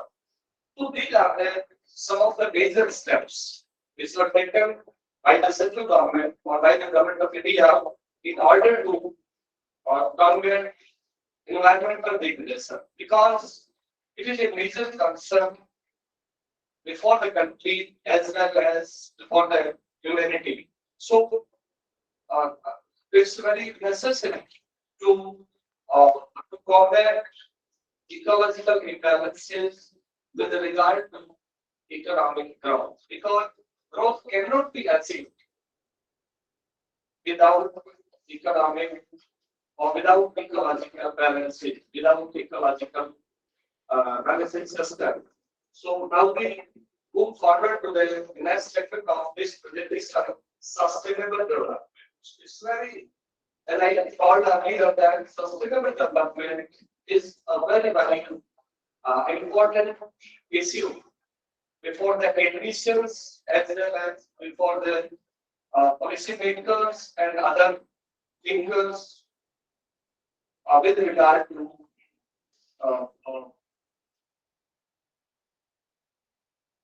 development. So sustainable development means it's the development that meets the needs of present generation without compromising with the need of future generation.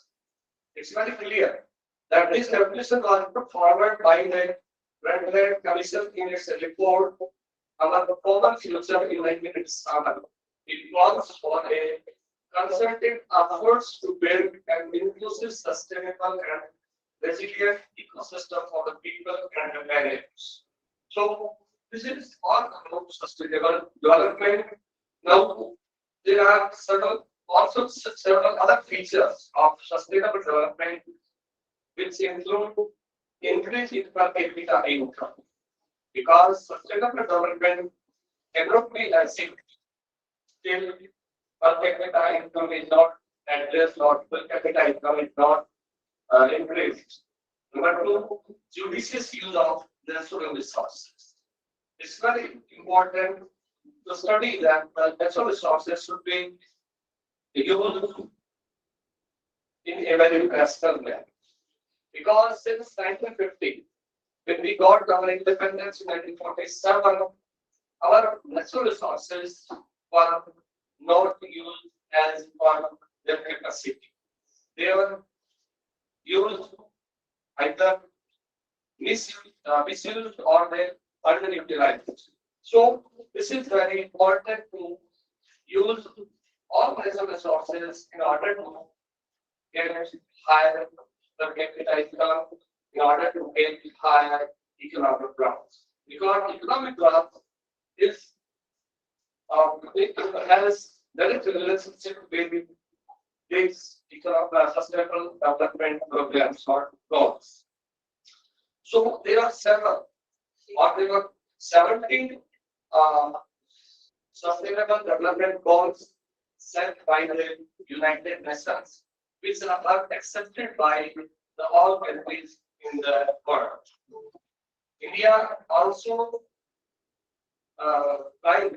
India also tried to achieve these goals. There are 17 goals. Number one, end poverty in all its forms everywhere. This is the first goal of sustainable development set by United Nations. Goal number two, end hunger, achieve food security and improve nutrition and promote sustainability. Goal three, ensure healthy lives and promote well-being for all and all ages. Goal number four, ensure inclusive and equitable quality education and promote lifelong learning. Goal number five, achieve gender equality and empower all women and girls. Goal number six, ensure availability and sustainable management of water and sanitary water. Goal number seven, ensure access to affordable, reliable, sustainable, and modern energy for all. Goal number eight, promote sustained, inclusive, and sustainable economic growth. These are the eight sustainable goals. Goal number nine, build resilient infrastructure, promote inclusive and sustainable industrialization. Goal number 10, reduce inequality within and among countries. Goal number 11, make cities and human settlements inclusive, safe, resilient, and sustainable. Goal number 12, ensure sustainable consumption and production patterns. Goal 13, take urgent action to combat climate change and extreme patterns. Goal number 14, conserve and sustainably use the oceans, seas, and marine resources for sustainable development. Goal number 15, protect, restore, and promote sustainable use of terrestrial ecosystem, sustainable degradation, and biodiversity loss. Goal number 16, promote peaceful and inclusive society for sustainable development, provide inclusive institutions at all levels.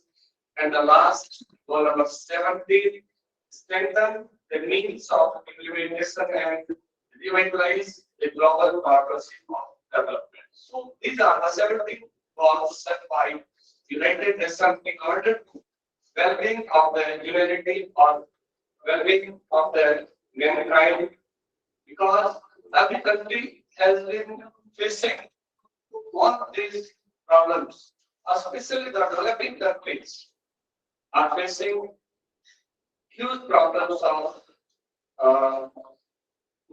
living like poverty, unemployment, inequality, gender inequality, housing, health, etc. So, in order to improve the life of common people, United Nations has set these goals.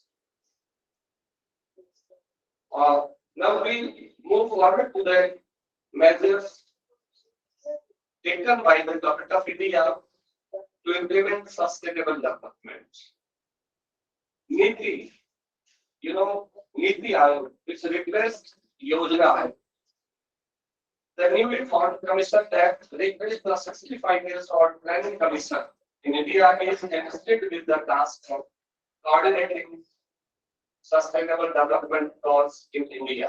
The states are also advised to undertake similar mapping, including visioning, planning, budgeting, and developing implementation and monitoring systems for state-sponsored states that are being implemented to the ground as SDG, Sustainable Development Goals.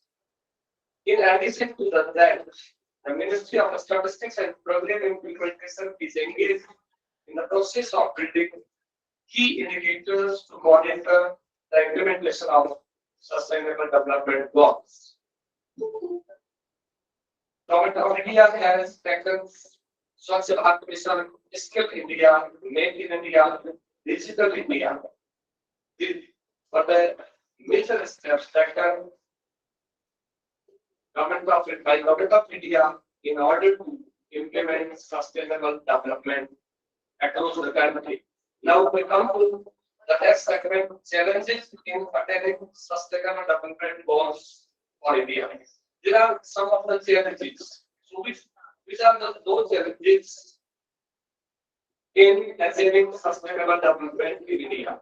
First, defining the key indicators. One of the major challenges for India is to devise some suitable indicators to effectively assess the progress of sustainable development goals. The key definitions for areas such as poverty, hunger, safe drinking water, education, need to be devised in order to effectively implement the sustainable development goals. Second challenge, financing sustainable development goals. Despite India's best efforts at making poverty education in priority, since the fourth five-year plan, India has the highest number of people living below poverty line. You know that poverty has been a core issue for Indian planning system since 1951 when we started our planning process. Third phase, monitoring and ownership of implementation process. Although Niti Aayog is expected to play an important role in taking ownership of the implementation process, the members of the Aayog have expressed their concerns time and again about the limited manpower they have to handle such a Herculean task. And last, challenge, measuring the progress. The government of India has advocated the known availability of data, especially from the sub-regional areas. Incomplete coverage of district data is another factor that has hampered the measurement of progress or even the Millennium Development Goals that were the precursor to sustainable development goals. So these are some of the challenges to attain sustainable goals in India. And the government of India has taken several measures as I have already elaborated those measures. Now we come to the next segment, what economic growth is. Economic growth is a very, very important factor in the country. Either in an atmosphere of social, political, demographical, or any other aspects. But economic growth is the central point of development. However, there are many critics in India and abroad as well that economic growth is not the solution of development. However, there are different types of opinions among the economists, but here we will discuss what economic growth is. Because economic growth cannot be passive. Till environmental situation is not improved. So economic growth is commonly defined as increases in total output from new resources or better use of existing resources. It is measured by increased real income per capita. So economic growth is a very, very significant aspect of development. You may discuss economic development, you may discuss sustainable development, you may discuss social development, you may discuss any other aspect of the economy, of the society, but economic growth is one of the most important aspects on all the on these factors. So, all economic growth involves transforming the industrial world and it can affect environmental quality in one of the three ways. Environmental quality can increase with growth. So, there is a close relation. As I have already mentioned that economic development, sustainable development, and economic growth and very close relations. As far as environment, environmental cost is concerned, it is said that economic growth cannot be achieved on environmental costs. So here we have discussed some of other aspects uh, of this paper that how India can achieve higher economic growth and economic development without losing or without harming its environmental resources. Yeah. So there are some other future estimates were also given by the environmentalists as well as the economists. World Bank has given some estimates here that under the projected productivity gains and given projected population increase, the output of developing countries would be about 5 times higher by the year 2030 than it is today. So this is a very important observation from World Bank. Second estimate was given the output of industrial countries would rise more slowly, but it would still trickle over the same period. Third estimate was also given by World Bank study that if environmental pollution were to rise at the same pace, seven environmental hardships would occur. Tens of millions of people would become sick or die from environmental causes, and the planet would be significantly and irreparably harmed. If economic growth and sound environmental management are not compatible, economic growth will be undermined without any environmental safeguards and environmental protection will fade without economic growth. So this is what all about the relationship between economic growth and environment. Here we will also we can also discuss the sustainability.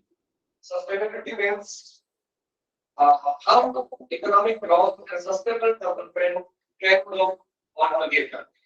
Although economists and environmentalists disagree on the definition of sustainability, the essence of idea is that current decisions should not entail the prospectus for maintaining or improving future living standards.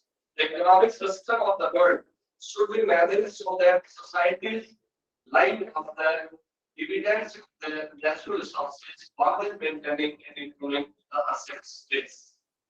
Promoting growth, eliminating poverty, and protecting the environment may be mutually supportive objectives in the long run, but they are not always compatible in the short run. And again, poverty is a major cause of environmental degradation. And economic growth is thus necessary to improve the environment. If ill-managed, economic growth can also destroy the environment and further jeopardize the lives of the poor. In many poor but still forested countries, timber is a good short-term source of foreign exchange.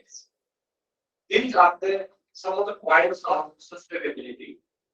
Now, moving to another aspect of this paper, what is the external cost of economic growth?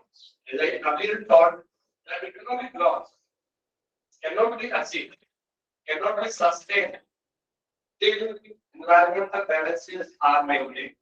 So, external cost. What external cost of economic growth? Number one, pollution.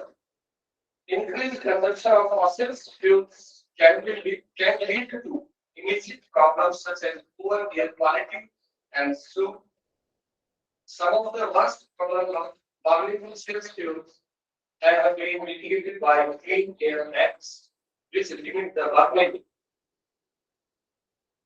of coal in city centers, showing that economic growth can be consistent with reducing a certain type of pollution. This is the first point regarding the external cost of economic growth. Number two, less visible or diffuse pollution.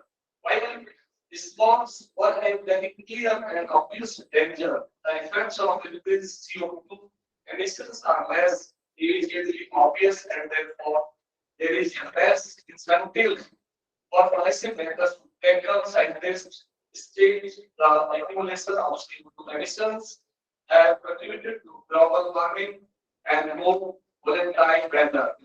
All this suggests economic growth is increasing long-term environmental costs, not just for the present moment, but future generations.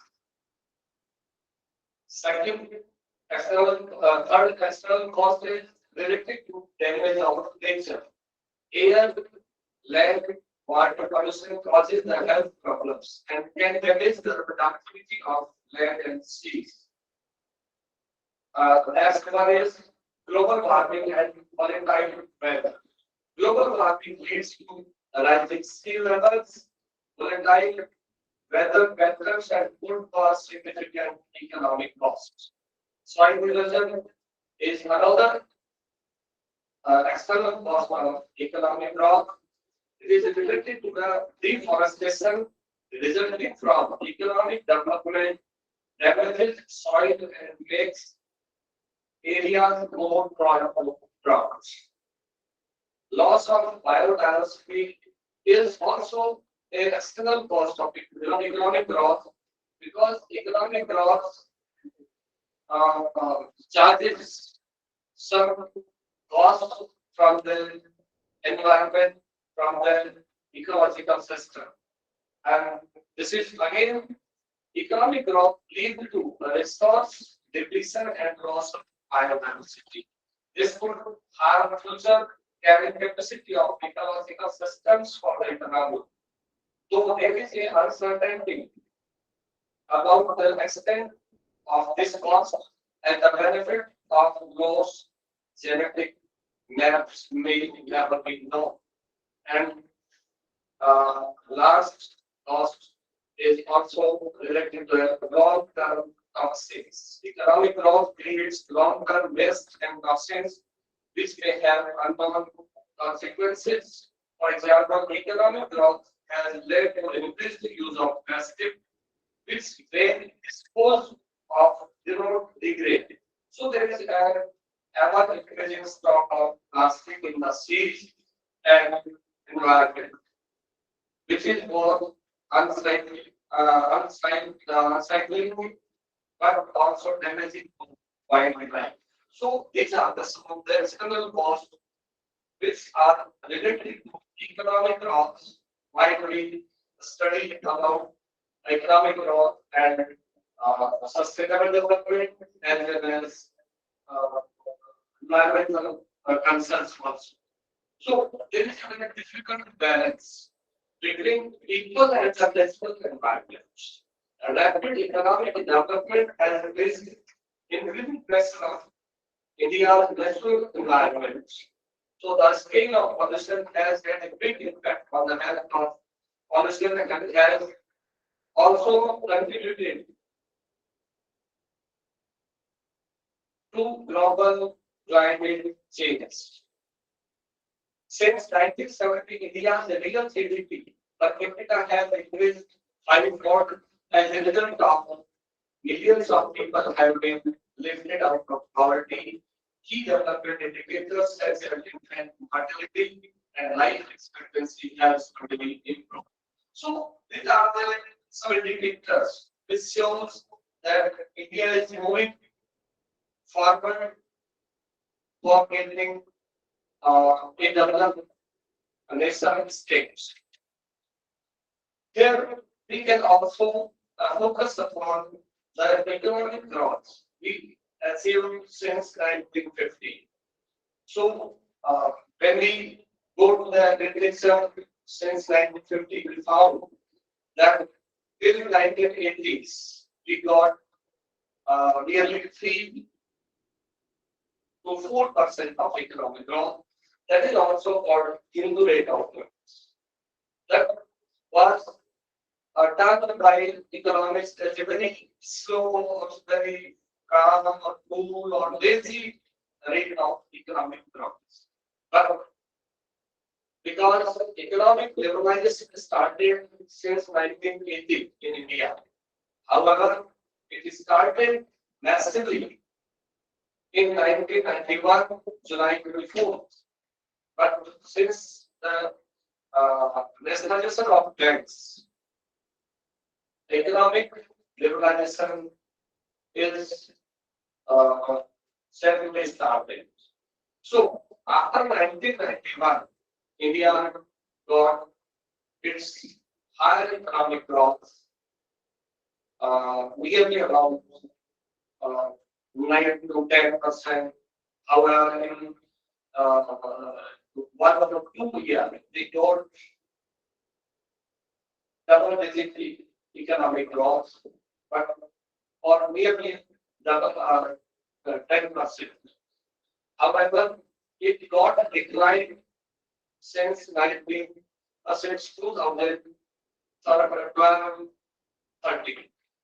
And since 1991, the trend of economic growth was between 4 to 9%.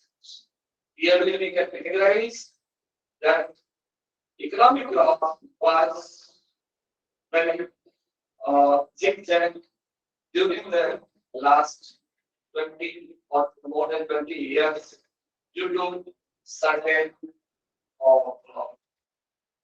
certain problems, maybe natural problems or some man-made problems are also there. So, in conclusion, we may summarize that the India's economy is of the global importance.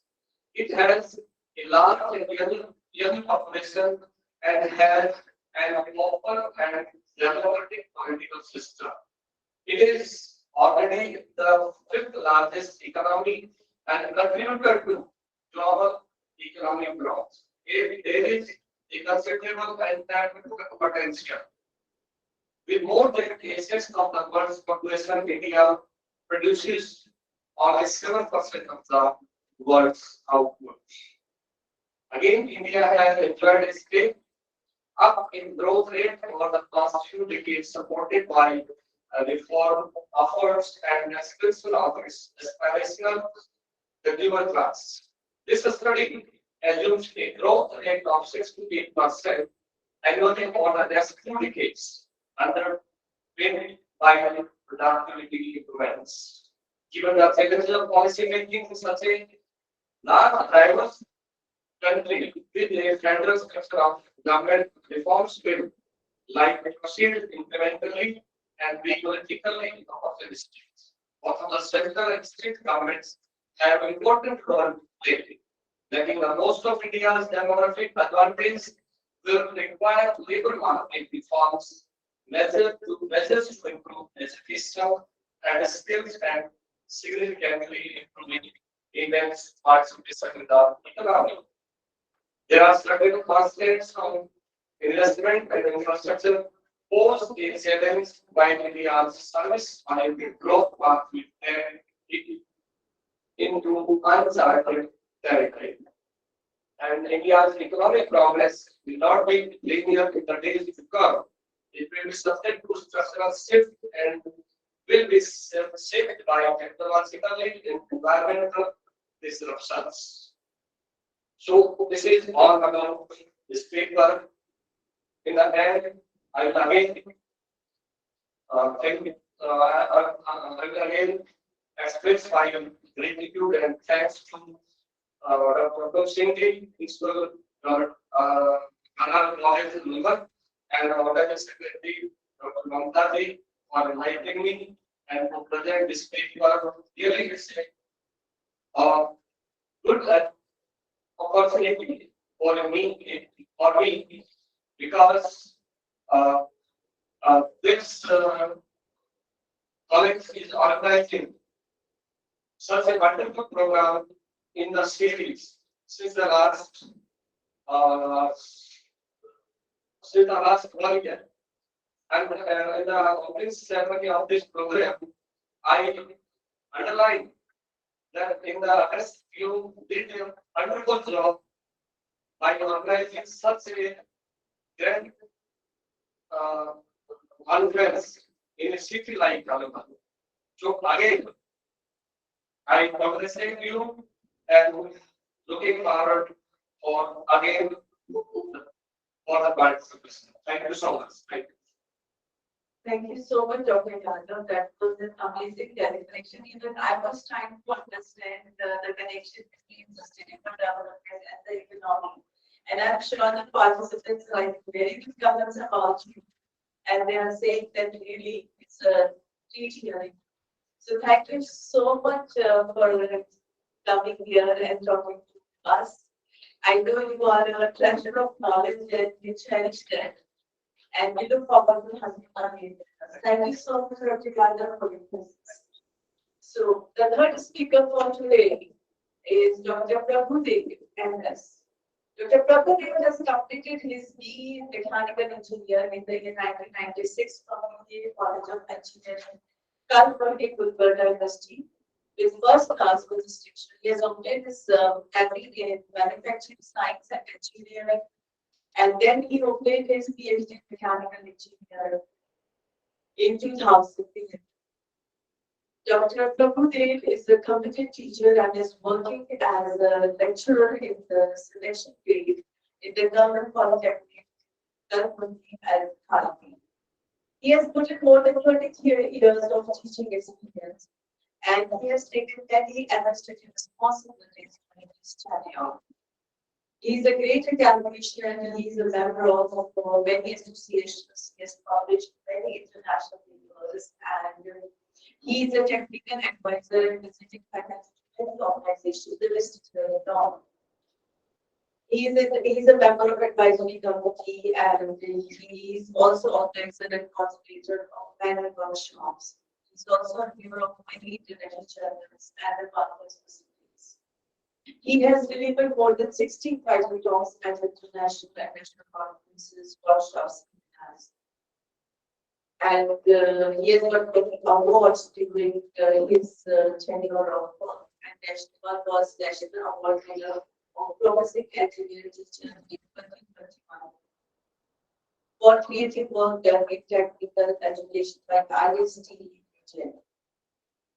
His field of interest are various studies of enzymes and oils from system of energy and Sir, आपका बहुत बहुत स्वागत है and without taking much of time, I will request Dr. Prabhudev to start the presentation. Sir, stage is all yours. Sir, आपका स्वागत आपका कितना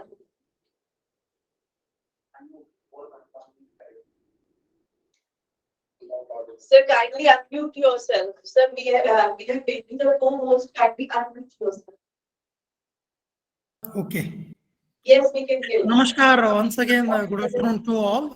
Thank you, Dr. Mamta Sharma, for inviting me and giving me this wonderful opportunity to address the faculties, students, and many eminent personalities throughout India and all over the world for this wonderful training program, international level training program conducted to more awareness on the environmental preservation. So I would like to share my presentation.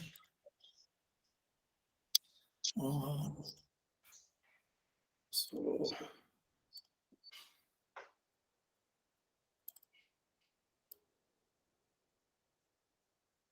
I hope it is. Is it visible, madam? Yes, sir. Yes, sir, it's very much visible. Full screen visible? Yes, sir, very well. Okay, fine. Thank you. I will continue then. So I have chosen this topic, inspiring next generation of green students or teachers or citizens to find a balanced future for a better world. I request some of the participants to unmute their audios so that I can not get disturbed to speak. Kindly unmute. So friends, so there is some echo. I'm getting echo. So really, you're finding some ego there? Yeah, madam. On my side also. All the minds. Yes, so like it's getting all the minds. Just mute all the minds. So I'm not using mic. Okay, fine. So I need to see this session, which will be covered in 45 minutes to around 50 minutes time, which has been given to allotted to me.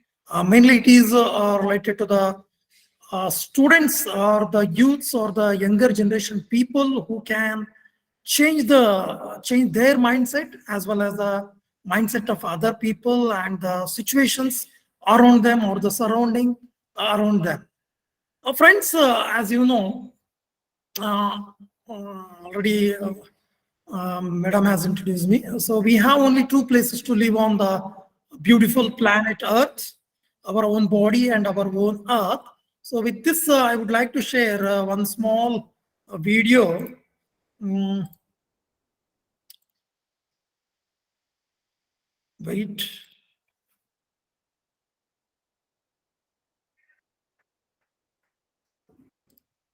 Is it visible, madam? Yes, madam. Is it visible?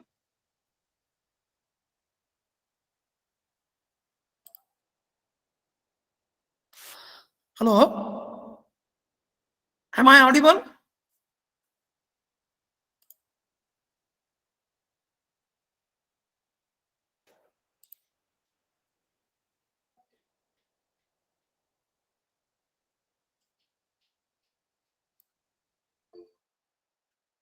Am I audible, madam? You can start with.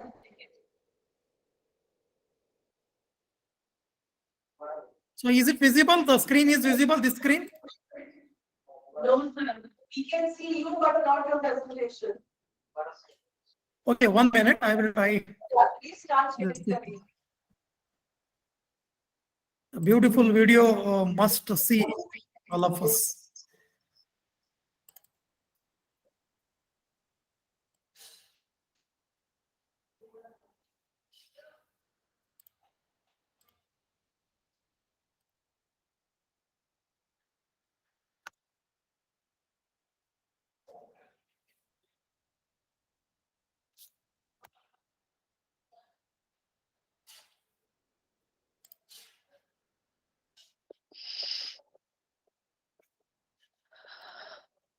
Oh, is it visible, madam? No, sir. You cannot use hands.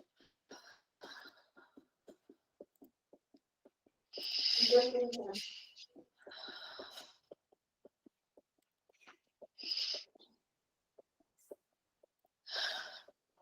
How it is visible? Yes, sir. It's very much visible now. Very much visible.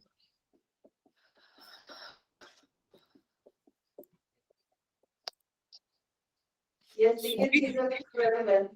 It's again gone. Okay, okay. Just a minute. Just a minute, madam.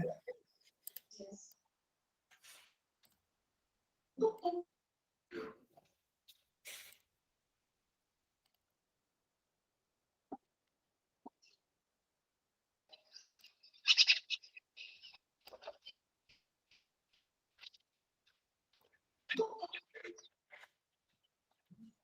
I think it is visible now.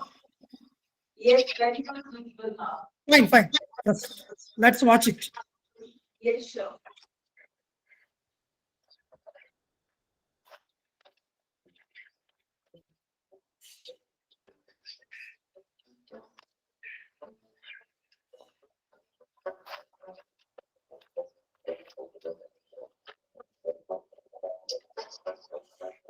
Finger knows that.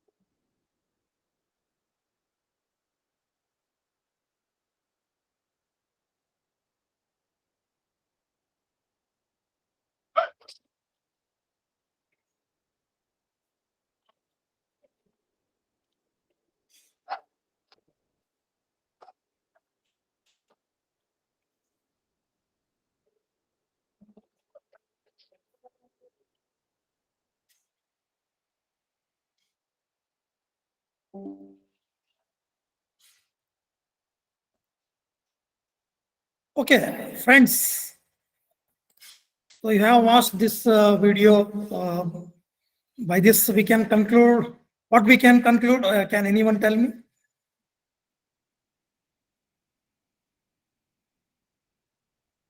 Yes, please.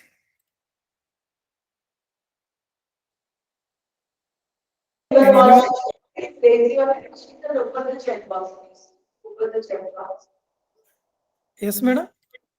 Sujata, please, Sujata for sir, लोग video group में मांगते हैं if you want to share this activity, I will send it into the groups. They want. Is it visible? My PPT is visible. Yes, sir, very much visible. Okay, fine. The video shows that human being for his own needs, with greed, with more needs, he is consuming everything on the earth, all the available resources, natural resources. This is called as the monstrous behavior of human beings. Okay, so fine. So Mother Earth, the only one planet that has a life out of all the other planets in the solar system, but we are destroying our Mother Earth uh, for our own needs and greed. Okay, so why this is happening? So all over the world, people are facing these environmental problems because of the monstrous behavior, which I have shown in the video. So that leads to continuous depletion of natural resources. That leads to deforestation, extinction of many animal and plant species, rising global temperatures, and water pollution, air pollution, shrinking of life-saving ozone layer. All these things are happening. Okay. So that leads to random droughts and floods, unexpected rainfalls, skyrocketing food prices, scarcity of water, loss of forest land, rising sea levels, and a lot more that we cannot even mitigate today. Okay. Or even the population explosion, food crisis, hunger, malnutrition, poverty, insatiation, sanitation. Okay, everything is affecting this global environment and the future of everyone. So the question arises, how much our Mother Earth can sustain, to what extent? So for the sake of our standards of living, for our needs and greed, the Mother Earth is suffering like anything. All of us are torturing our Mother Earth. If somebody says something to us, we say, I have been tortured. But the Earth, planet Earth, with our so many disastrous activities, tolerating everything. So we have to think globally and act locally. Dear participants, I request you to unmute your audios, please. I'm getting disturbed. Kindly unmute. So think globally, act locally. Kindly unmute, please.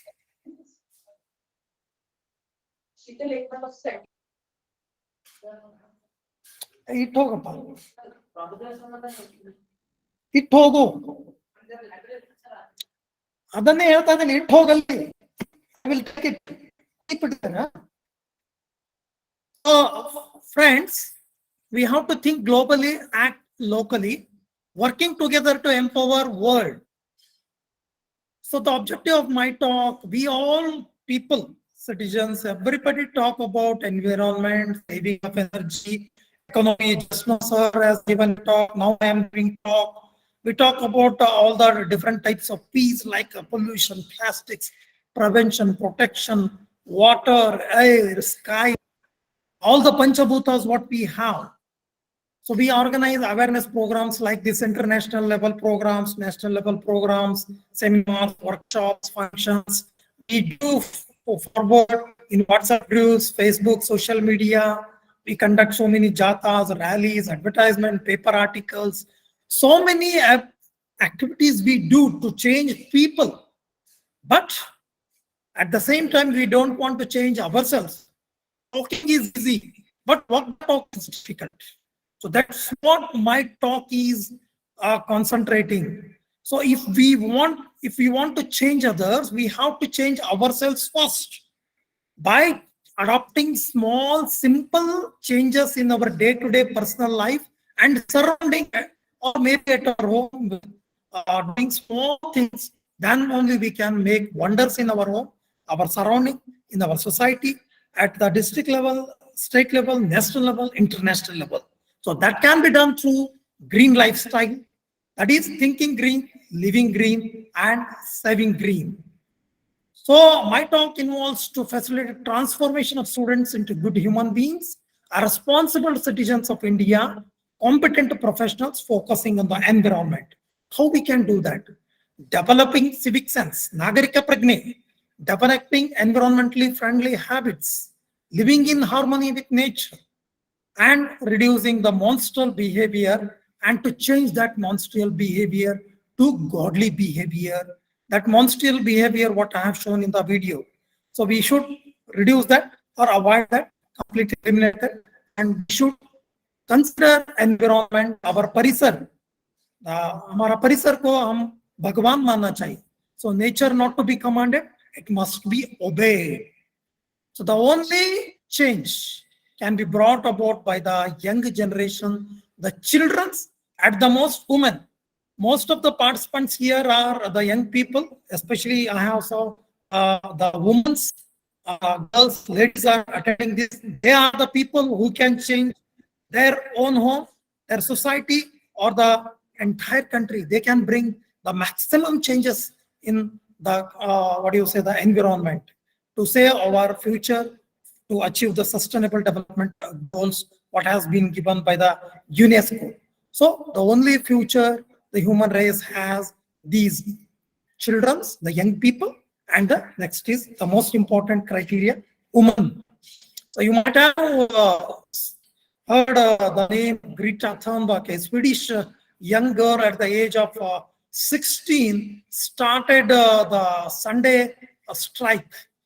She left the school and she started and she challenged the world leaders like the American president, even the Indian Prime Minister, Sri Honorable Narendra Modi ji, to take immediate action against the climate change. So we celebrate so many days. The motivation behind this talk is Sir M. Vishveshwaraya, Mokshagundam Vishveshwaraya, a great civil engineer from Karnataka. He says the way to build a better nation is to build better individuals. A successful nation is composed of citizens, the majority of whom are of good character and possesses reasonably a high sense of duty. High sense of duty, duty towards your profession, duty towards your family, duty towards the parisar, what we say, the environment. That is most important for all of us to get motivated from Sir M. Vishveshwaraya. So all of you know environment, the surrounding thing, whatever is surrounding. So when you think of environment, it comes to your mind surrounding problems, pollution, global warming, ozone layer depletion, greenhouse effect, climate change, wildlife, earth, nature. So we say environment, God, Bhagwan, but just we say, but we don't follow. We don't follow or please. We don't do any activities to please the Bhagwan environment. Only we follow, we worship the statue God, but we don't follow the environment or Bhagavan which is there surrounding us. Both should be worshipped. So Bhagavan, the earth has got a bhumi, the earth, the gagan, what do you say, sky, the vayu, the air, agni, the fire, the neer, the water. So let's see this. Om sarve bhavantu sukhinaha, sarve santu giramaya, sarve bhadrani paschantu, ma kaschit dukkata bhavet, Om Shanti, Shanti, Shanti. It is a Shanti mantra, Sanskrit mantra. In Hindi, it is, the artha is, the meaning is Om sab sukhi ho, Om sab swasth ho, सब शुभ को पहचान सके, कोई प्राणी दुखी न, Om Shanti, Shanti, Shanti. So this mantra gives a lot of meaning to all of us. So government has made many laws or legislation to protect the environment or nature. There are fundamental rights. There are sections, chapters in our Constitution of India, but nobody follows. Even the government of India's University Grants Commission, UGC, and even the ISTTP, which governs the norms and standards for technical education, has made mandatory environmental policy since from 2020. Okay, so they have started many initiatives like Unnata Bharat Abhiyan, rural development, Nadi Ko Jano, Jala Shakti, one student, one tree, solar energy, clean and green campus, one student. So many activities they have started, but everything is done in papers or in photographs or on social media. Nothing is in practical. Prayogikata mein kuch bhi nahi hai. Hardly we do around 30-40% other things just for the sake of rules or just for the sake on the papers side. We don't do actual practical things. So by adopting green lifestyles, a green life is a better life and a healthier life for the present and for the future generation to achieve the sustainable development goals 17 by the UNESCO. So that is green revolution should start for the environment also. So that can be done by the green students, by becoming green students, by becoming green teachers. First, the teacher should become green teachers, then the students, green students can be produced. So let's think green, focusing on a green lifestyle to achieve the sustainable development. So green means we usually it is a color we think of, but green means a lot. It gives a lot of meaning. So nature, environment, good luck, hope, but also the color of jealousy and money. When we think about the color green, we usually think of the grass, the surrounding trees, the surrounding forests of plants, animals, landscapes, grass. So these comes to our minds. So it all brings peace and harmony and cooling, calming effect connected to the idea of growth and health and positive energy is generated due to these environmental things. So connecting ourselves with the surrounding nature, maybe plants, maybe forests, maybe any other things which is green. It gives calmness, it cools your mind. You might have observed the senior most people, the retired people walking in the gardens, walking in the place where there are more plant fields, okay, in the horticulture fields, maybe. So that gives them a very good happiness. Actually, scientifically speaking, walking or say, take example, trekking, cycling, or any other running, jogging, all these things, when we do, we feel healthy, happy, a positive energy is generated within us. But what we are doing, we are disconnecting our nature and connecting ourselves with mobiles, televisions, computers, and internets. That you know what is the bad effect of all these things. Actually, we should disconnect these mobile televisions and the what do you say the other electronic gadgets, and we should be get connected with the nature. Then what happens? We should develop the surrounding. What happens? Our all stresses will be reduced. Our all worries will be reduced. It sharpens our, what do you say, panchendriyas. The five organs of our bodies will be stimulated if we work more in this greenery. So sharpening our senses is need of the hour. So that gives a source of inspiration. Many benefits are there. Scientifically, it is proved, and we are experiencing also. But still, we neglect our nature, environment. But we say God. We say God, but we all neglect this God. We don't worship.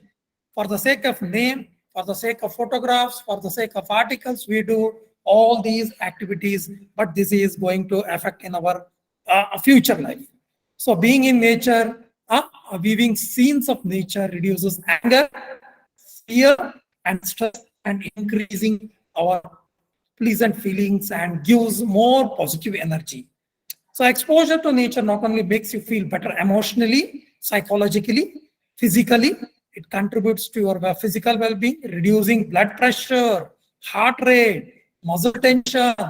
Overall, nerves will be affected, and production of stress hormones will be reduced. So we need to change ourselves. So badalna chahiye. So Mahatma Gandhi ji told, there's enough on this planet for everyone's needs, but not for everyone's greed. So we should change. You must be the change you want to see in the world. Be the change maker. So young generation, the students, the younger people are the change making agents. So those change making agents can be developed in the classrooms by the teachers, that is by green teachers.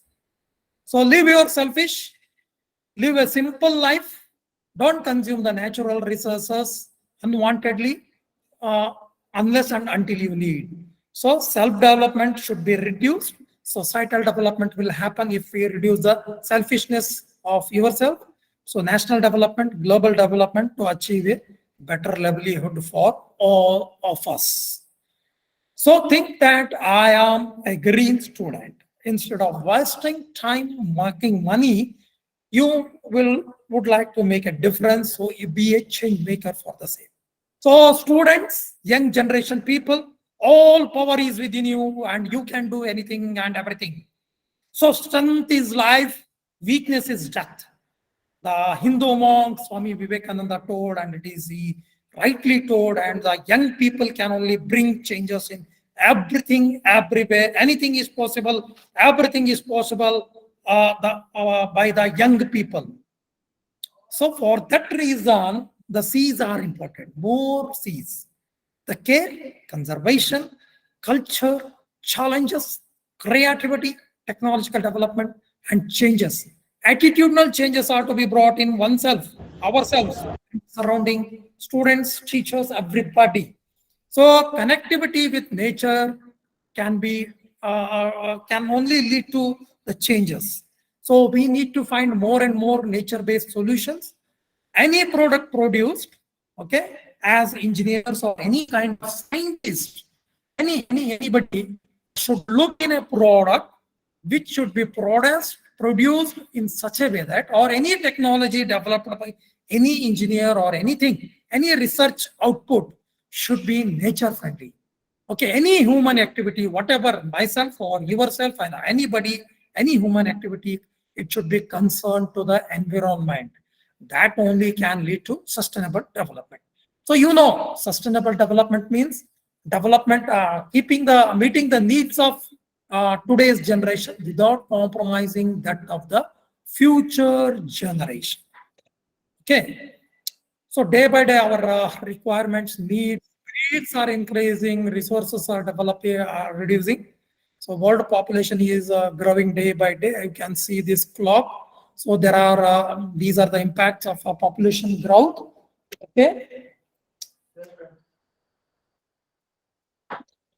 So due to this population, increase in population, there is an urbanization. So almost 50% of the people are shifting from the village side or rural area to urban area. So you see this survey, by 2050, nearly 80% of the Earth's population will reside in urban centers. So you can see what would happen. Okay, all the forests are cut down, all the trees are cut, concretization, urbanization, okay. So a lot of pollution, a lot of degradation, all the kinds of pollution will emanate and increase. So it becomes difficult for all of us to live easily, happily, healthily, okay. So there is always a fight between the people and nature because of the human wants or needs. Okay, so these are all required. So, Saryam Vishweshwara, great civil engineer said, industrialize or perish. So, industries are required for development of a country. Research is required for the development of scientific and industrial equipments or laboratories or anything. So, development is must, but we should see environment as is first. Without giving due consideration to environment, if we go on doing activities, that will lead to destruction of every one of us. So you can see science, society, policy, it should lead to, it is for the human welfare, not for the human destruction. So to achieve a sustainable development, inclusive world, for a peaceful planet, we should think or produce the products which are eco-friendly. Okay, so these are the 17 Sustainable Development Goals, SDGs. So from UN has declared 2015 to 30 as the decade of education for SDG. So every one of us should think that we have borrowed the earth from our future generation and not inherited from our forefathers. So this can be achieved by becoming environment conscious citizens, green conscious citizens. So we should cultivate respect and love for environment, nature. So by becoming green students and green teachers. So how we can become green students, green teachers? We should convert our mind. We should transform our mind. We are students. As a students, we are accountable to our teachers. Teachers are accountable to head of the institute. The institute is accountable to the organization, to the society, citizens. The society is accountable to state, state to country, country to globe. So we should all become responsible citizens of a country. So we should develop civic sense, Nagarik Pragya. So what leads to global sense? So green culture should be our priority. So friends, you can see this slide, what we do, everything, what we consuming, we take it, we take something, some raw material, we make it, we use it as a product and discard it. Okay, this is a linear economy model. Okay, so waste is increasing high. Take example of plastics. Plastic, it takes more than 500 days to degrade. Okay, like that, so many things, or day to day we are using so many things which are not necessary or which we can avoid them.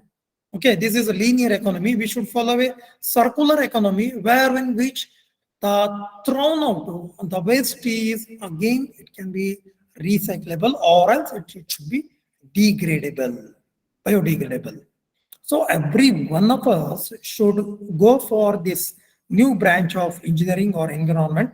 It is called as DFE, Design for Environment, wherein which we can minimize or eliminate the impact of product, whatever जो भी छोटा चीज हम produce कर रहे हैं उसका effect कम भी कर सकते हैं, एलिमिनेट कर सकते हैं. Okay, fine.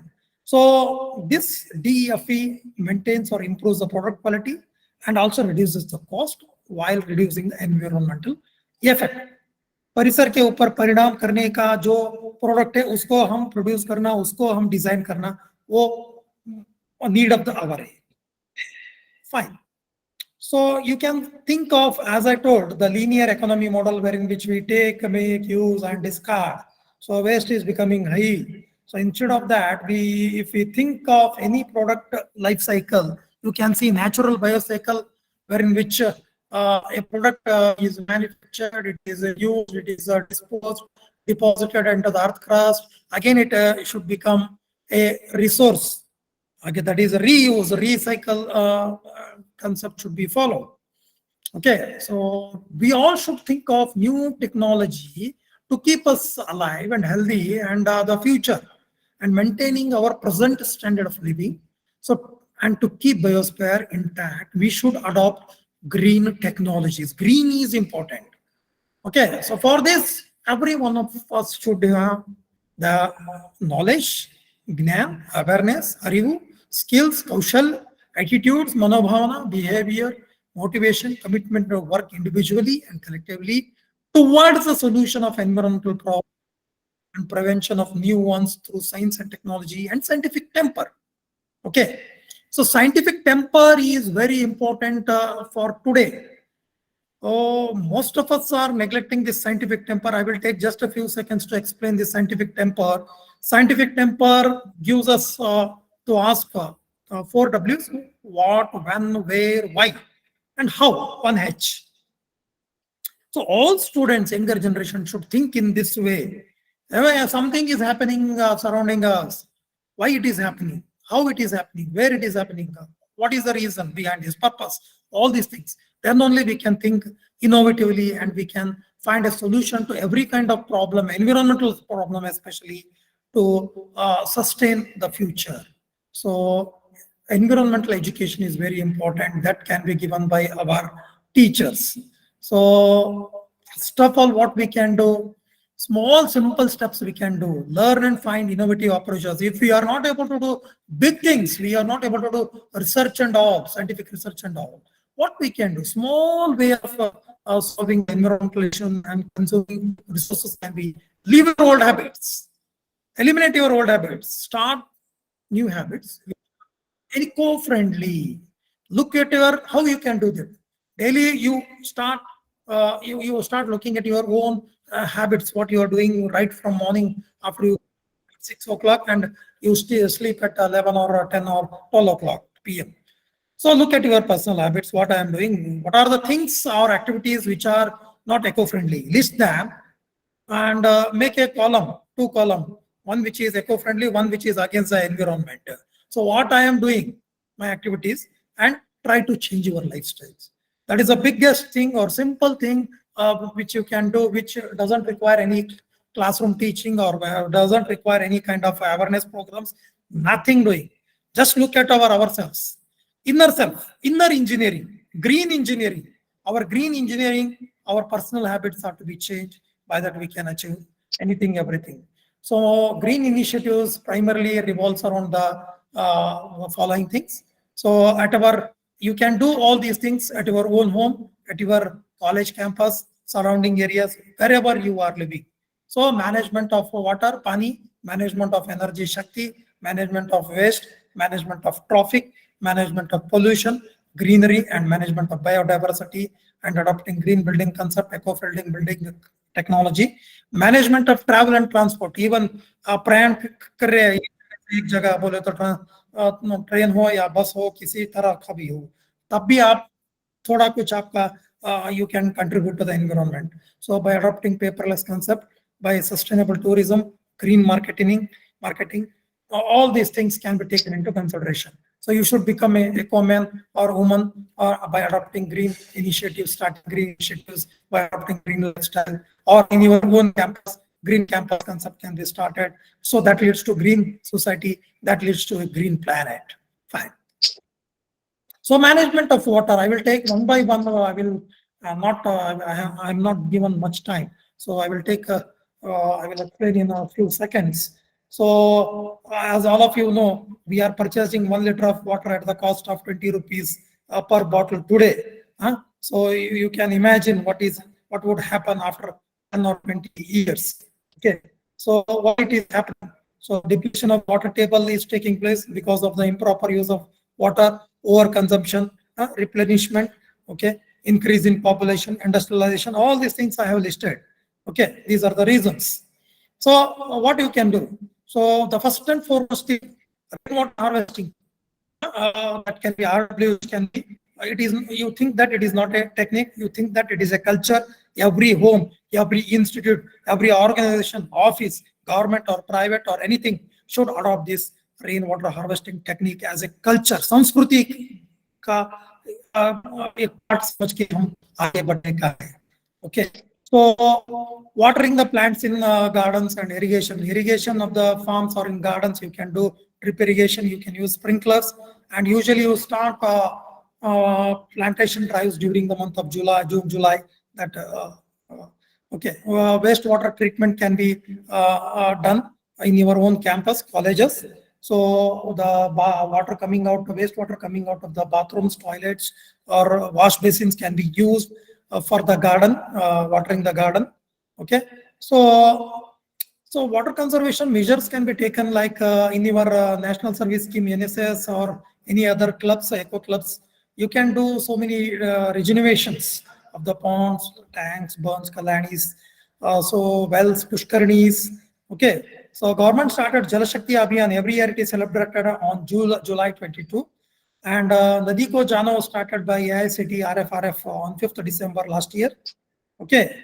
Some simple steps I have listed here in this slide to reduce the senseless wastage of water. This you can follow at your home or at your office or at your college campuses. Don't neglect the small things. That small thing itself leads to wastage of so many big resources, and consumes a lot of money and as well as a lot of resources. Okay, just you go through this.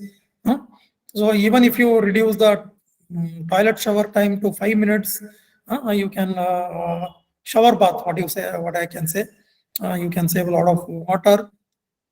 Fine. So these are some of the tips to save the water I have listed. Okay. So if we use fresh water irresponsibly, the day is not far off. The entire planet will turn into a hot desert. Okay.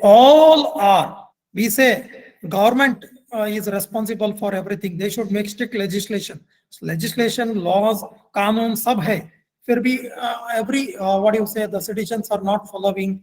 Everybody think that whether it is government water, even if you are walking or traveling in a road, if some tap is open and water is flowing and becoming useless, you should see that it is my duty. You should go and switch off the tap and move on. So that attitude we should develop. Then only we can. So you can see this person. He is an Abid Surti. He is a Mumbai-based person running an one-man army NGO. Daily, he walks around the houses in Mumbai and he knocks the door at 6 a.m. morning and he asks anybody is having a leaky tap. And if there is a leaky tap, he repairs that. And like this, he has repaired more than 10,000 thousands of taps in Mumbai, and he saved 10 million liters of water and also won many fans. So this person is a very famous person. He is popularly known as Waterman of India. I think many of you know. I think Dr. Mamta Sharma may be knowing him very well, and all the organizers, because he comes from Alwar. Alwar, the same place where Rajarishi Institute is located. He is, by profession, he is a doctor, but he has one, he is running a Tarun Bharat Sangh NGO, which was founded in the year 1975, and he won Stockholm Water Prize, which is equivalent to, the Nobel Peace Prize. Okay, he has rejuvenated 5 rivers in Rajasthan, that is Aravari, Ruparel, Sarsa, Bhagini, and Jahajwali. Oh, he has brought water back to over more than 1,000 villages by this rainwater collection. And he has built over more than 9,000 johas. Johas means wells in Rajasthan language. And you can see this photo with my photo. I am at the center top, and Dr. Rajendra Singh, he had been to our place, Kalburgi, in the year 2019, and he has delivered 1 hour talk. I have been motivated by him. So waste management, हम India में क्या करते हैं, जो भी हमारा घर का कचरा है बाजू के घर में डालते हैं या रास्ते पे डालते हैं. So that should be avoided.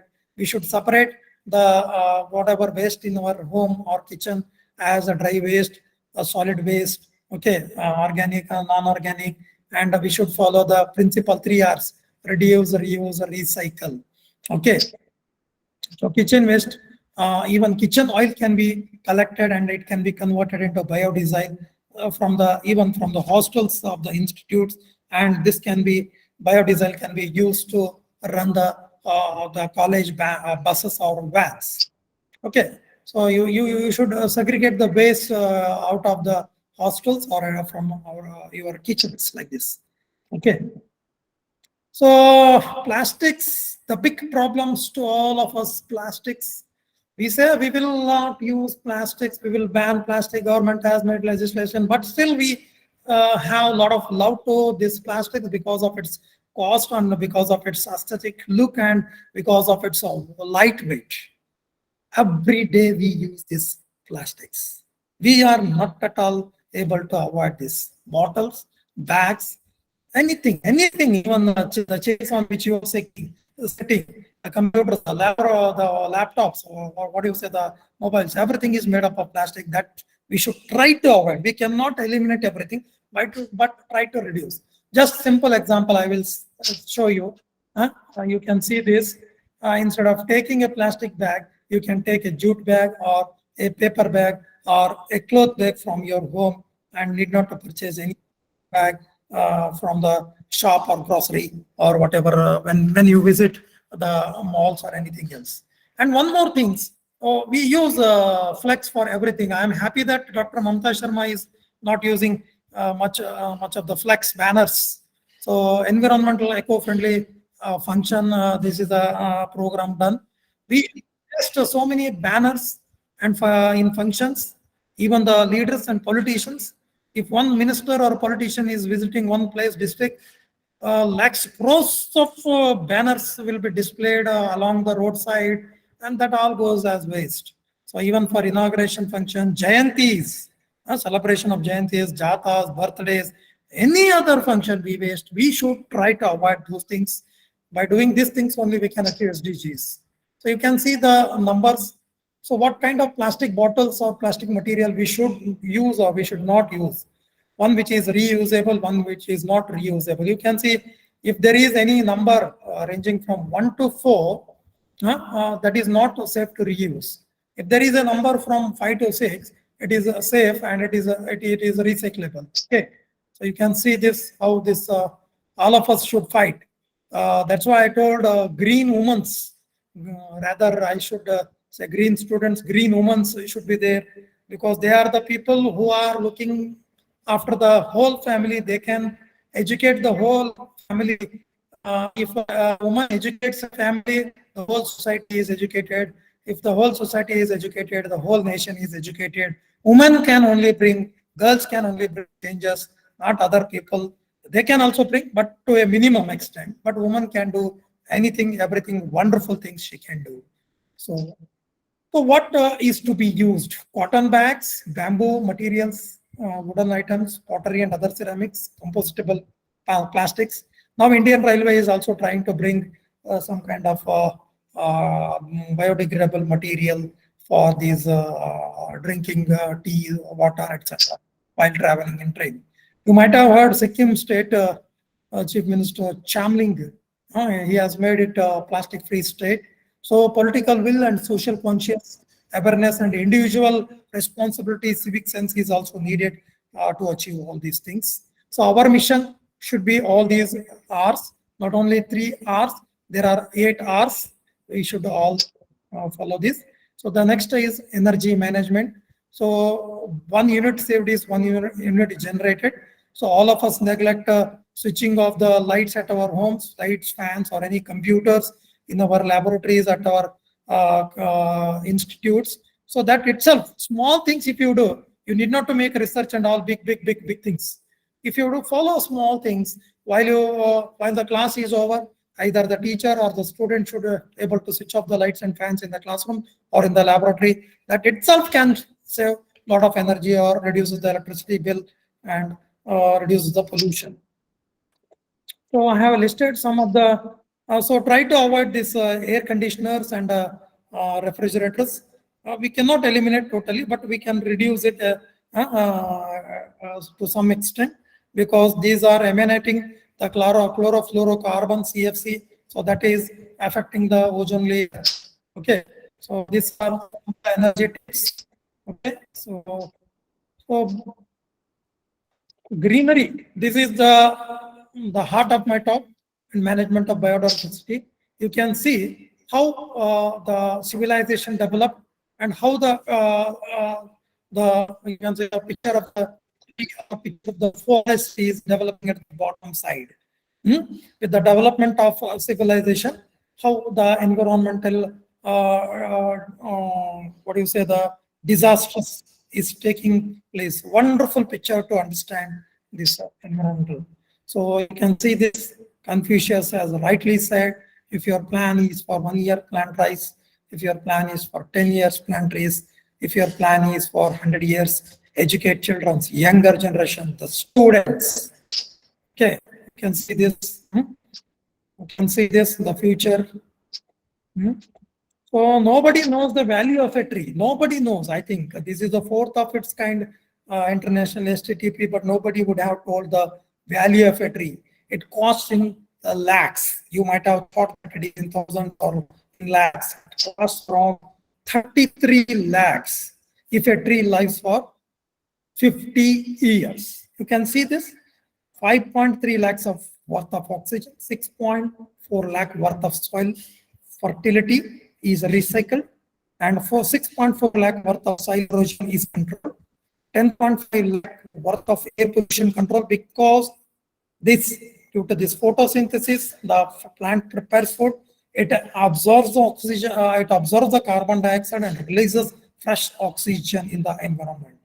Okay, it gives shelters to birds and animals. It gives us food, flowers, fruits. Okay, so 33 lakh is the worth or value of a tree. Please kindly think before twice, many times before you cut a tree. So green energy should be adopted. So you might have heard some 1.5 years back, the Amazon tree was set onto fire. Okay, that almost covers Central and South America, Western Central South Africa, Western India, South Asia, etc. Okay, 40% of the world's oxygen is produced in this Amazon forest, tropical rainforest. Okay, that's why the forests are the living chemical factories there, wherein which oxygen is produced. Okay, you might have observed this, analyzed this during the COVID pandemic 19 situation, shortage of oxygen. So plant gives us food and to eat and oxygen to breathe. Almost all animals depends upon plants for their food.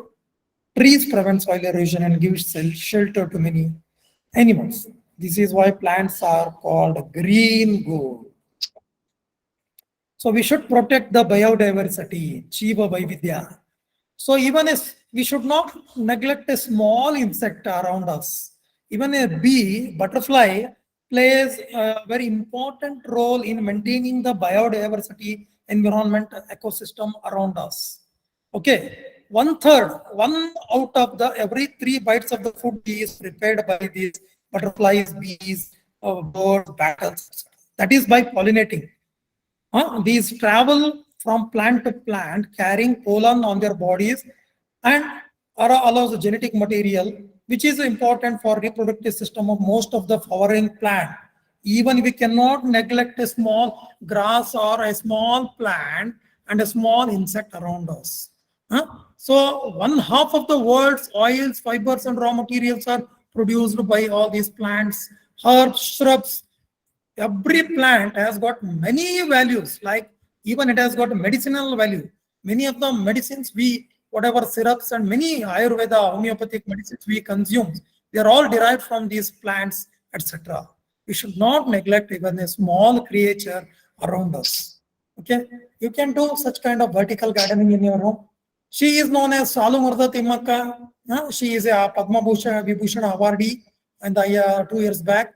She planted around 385 banyan trees along a 4-kilometer long highway, national highway, and she used to carry water on her own head and used to water the plants. For this, she has been recognized and been given many awards, Padma Award. Okay, you know this person, Sundarlal Bahugana sir. Okay, he started Chipko movement in the year 1973 in UP, and in order to save trees and forests from cutting by forest contractors. Even in our own state, Karnataka, South Karnataka, Apiko movement. Apiko means hugging the trees. Hugging the trees has been practiced to stop the forest officials of cutting down the trees. Okay, last 2 days back we have conducted one meeting where in which one person, government servant, he also did the same to protect the 7 trees cutting down while a new road has been constructed. Okay. So this waste space can be utilized to plant trees to maintain greenery around us. So what you can do individually, I have listed some points. These are very, very important for all of the individual persons to follow. So you can do, you start giving sapling small plants as gifts on different occasions or small functions. Even in government functions, instead of your garlanding, instead of giving bouquets, you start giving the tulsi. It has got a very spiritual value as well as what you say, the scientific value, medicinal value. I started practicing this since from last 5 years. Okay, so even you can give return gifts. You can give it as a saplings or a bonsai trees. Planting trees on important occasions like your own birthdays, your near and dear birthdays, anniversaries.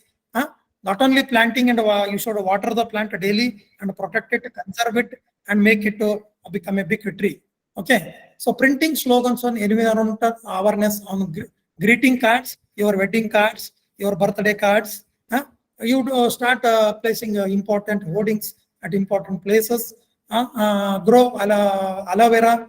It has got medicinal plant, money plant, snake plant, cactus, orchid, peace, lily, jade. And practice using desktop trees besides your computer, laptops, or desktops. Inauguration of functions by watering the plants instead of lighting a lamp. Instead of garlanding, giving bouquet, give plant saplings, maybe tulsi plant. Name plant trees after the dignitaries who have planted with a board or tag at important places. Observing Green Sunday.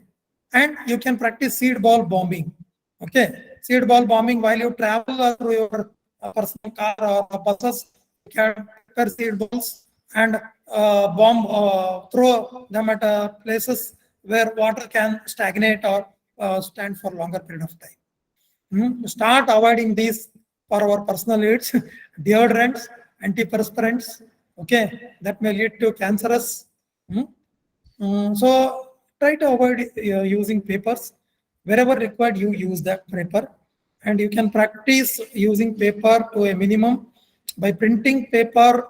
You might have printed on one side, that might be waste after some months or years. You can use the other side of the paper for your other purposes. Reduce wastage of paper. Make it paperless office by practicing the electronic things like sending WhatsApp, emails. Electronically, you can do nowadays the online education. Many things are done by using the digital technology by which we can save paper. Even you can avoid using the, what do you say, the tissue papers at hotels, restaurants. Don't waste it. Simply throw it simply. Okay, so this is very important aspect of my talk. So if at all you are not doing anything, if at all you are not doing anything, so you do.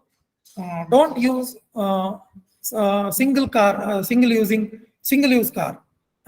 You can share, car sharing can be done, share transport can be done, or else at the most you can use public transport. Okay, by which you can, not only you are not saving your money, pocket money, and you are not harming to the environment by emanating the pollutants from your own personal vehicles. So you can use electric vehicles with zero pollutions. Okay, so best thing is you can use cycles when you are going nearby places.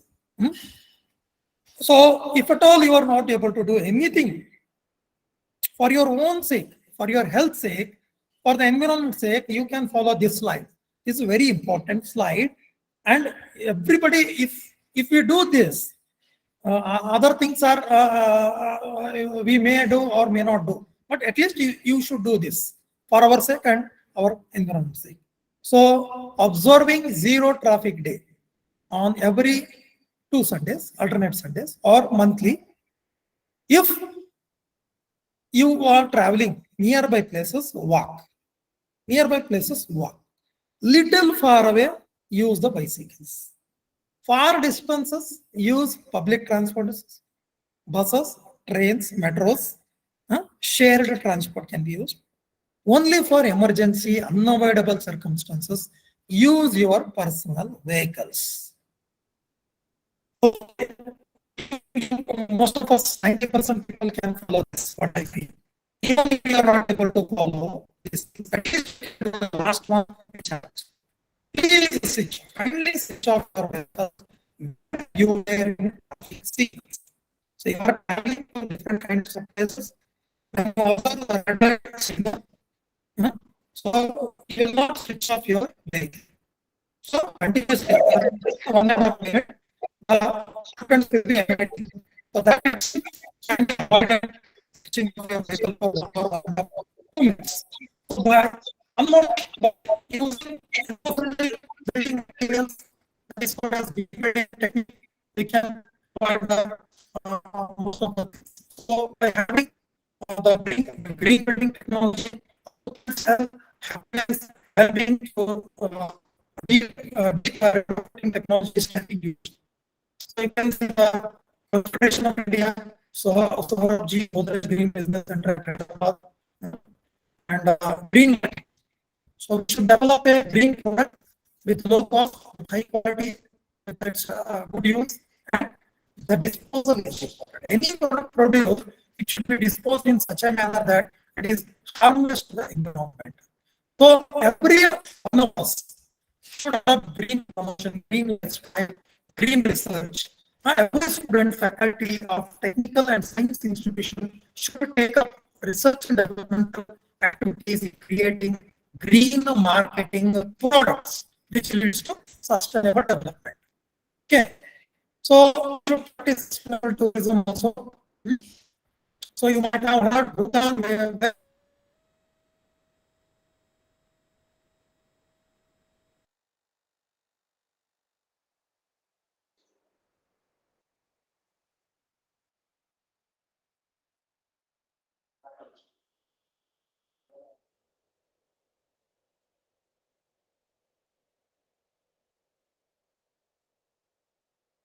I think there's some technical problem at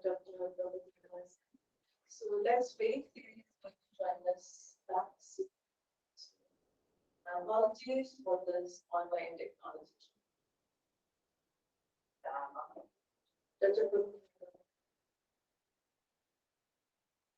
You'll be joined with them.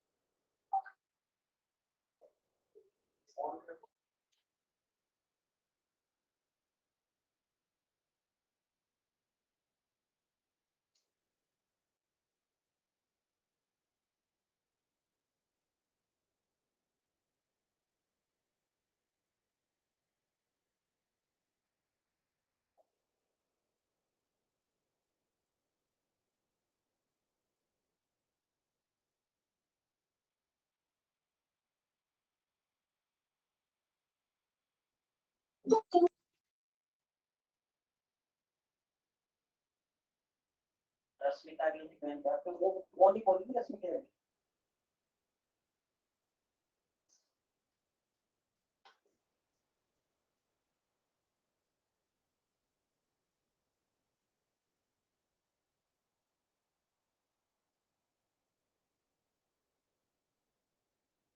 I see you joining back. आपका finish हो गया sir?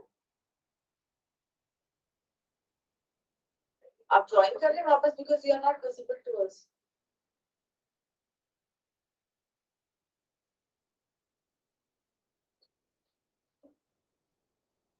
No, sir. वो तो बोल रहे हैं वहाँ पे. He's talking. वो सोचे वो ऑनलाइन है. नहीं वो आउट वो दोबारा बात कर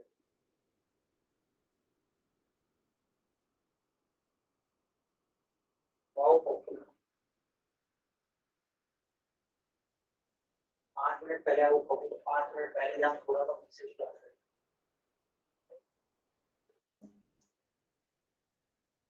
हमको रखना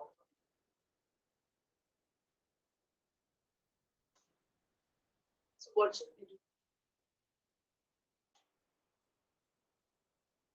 वर्ड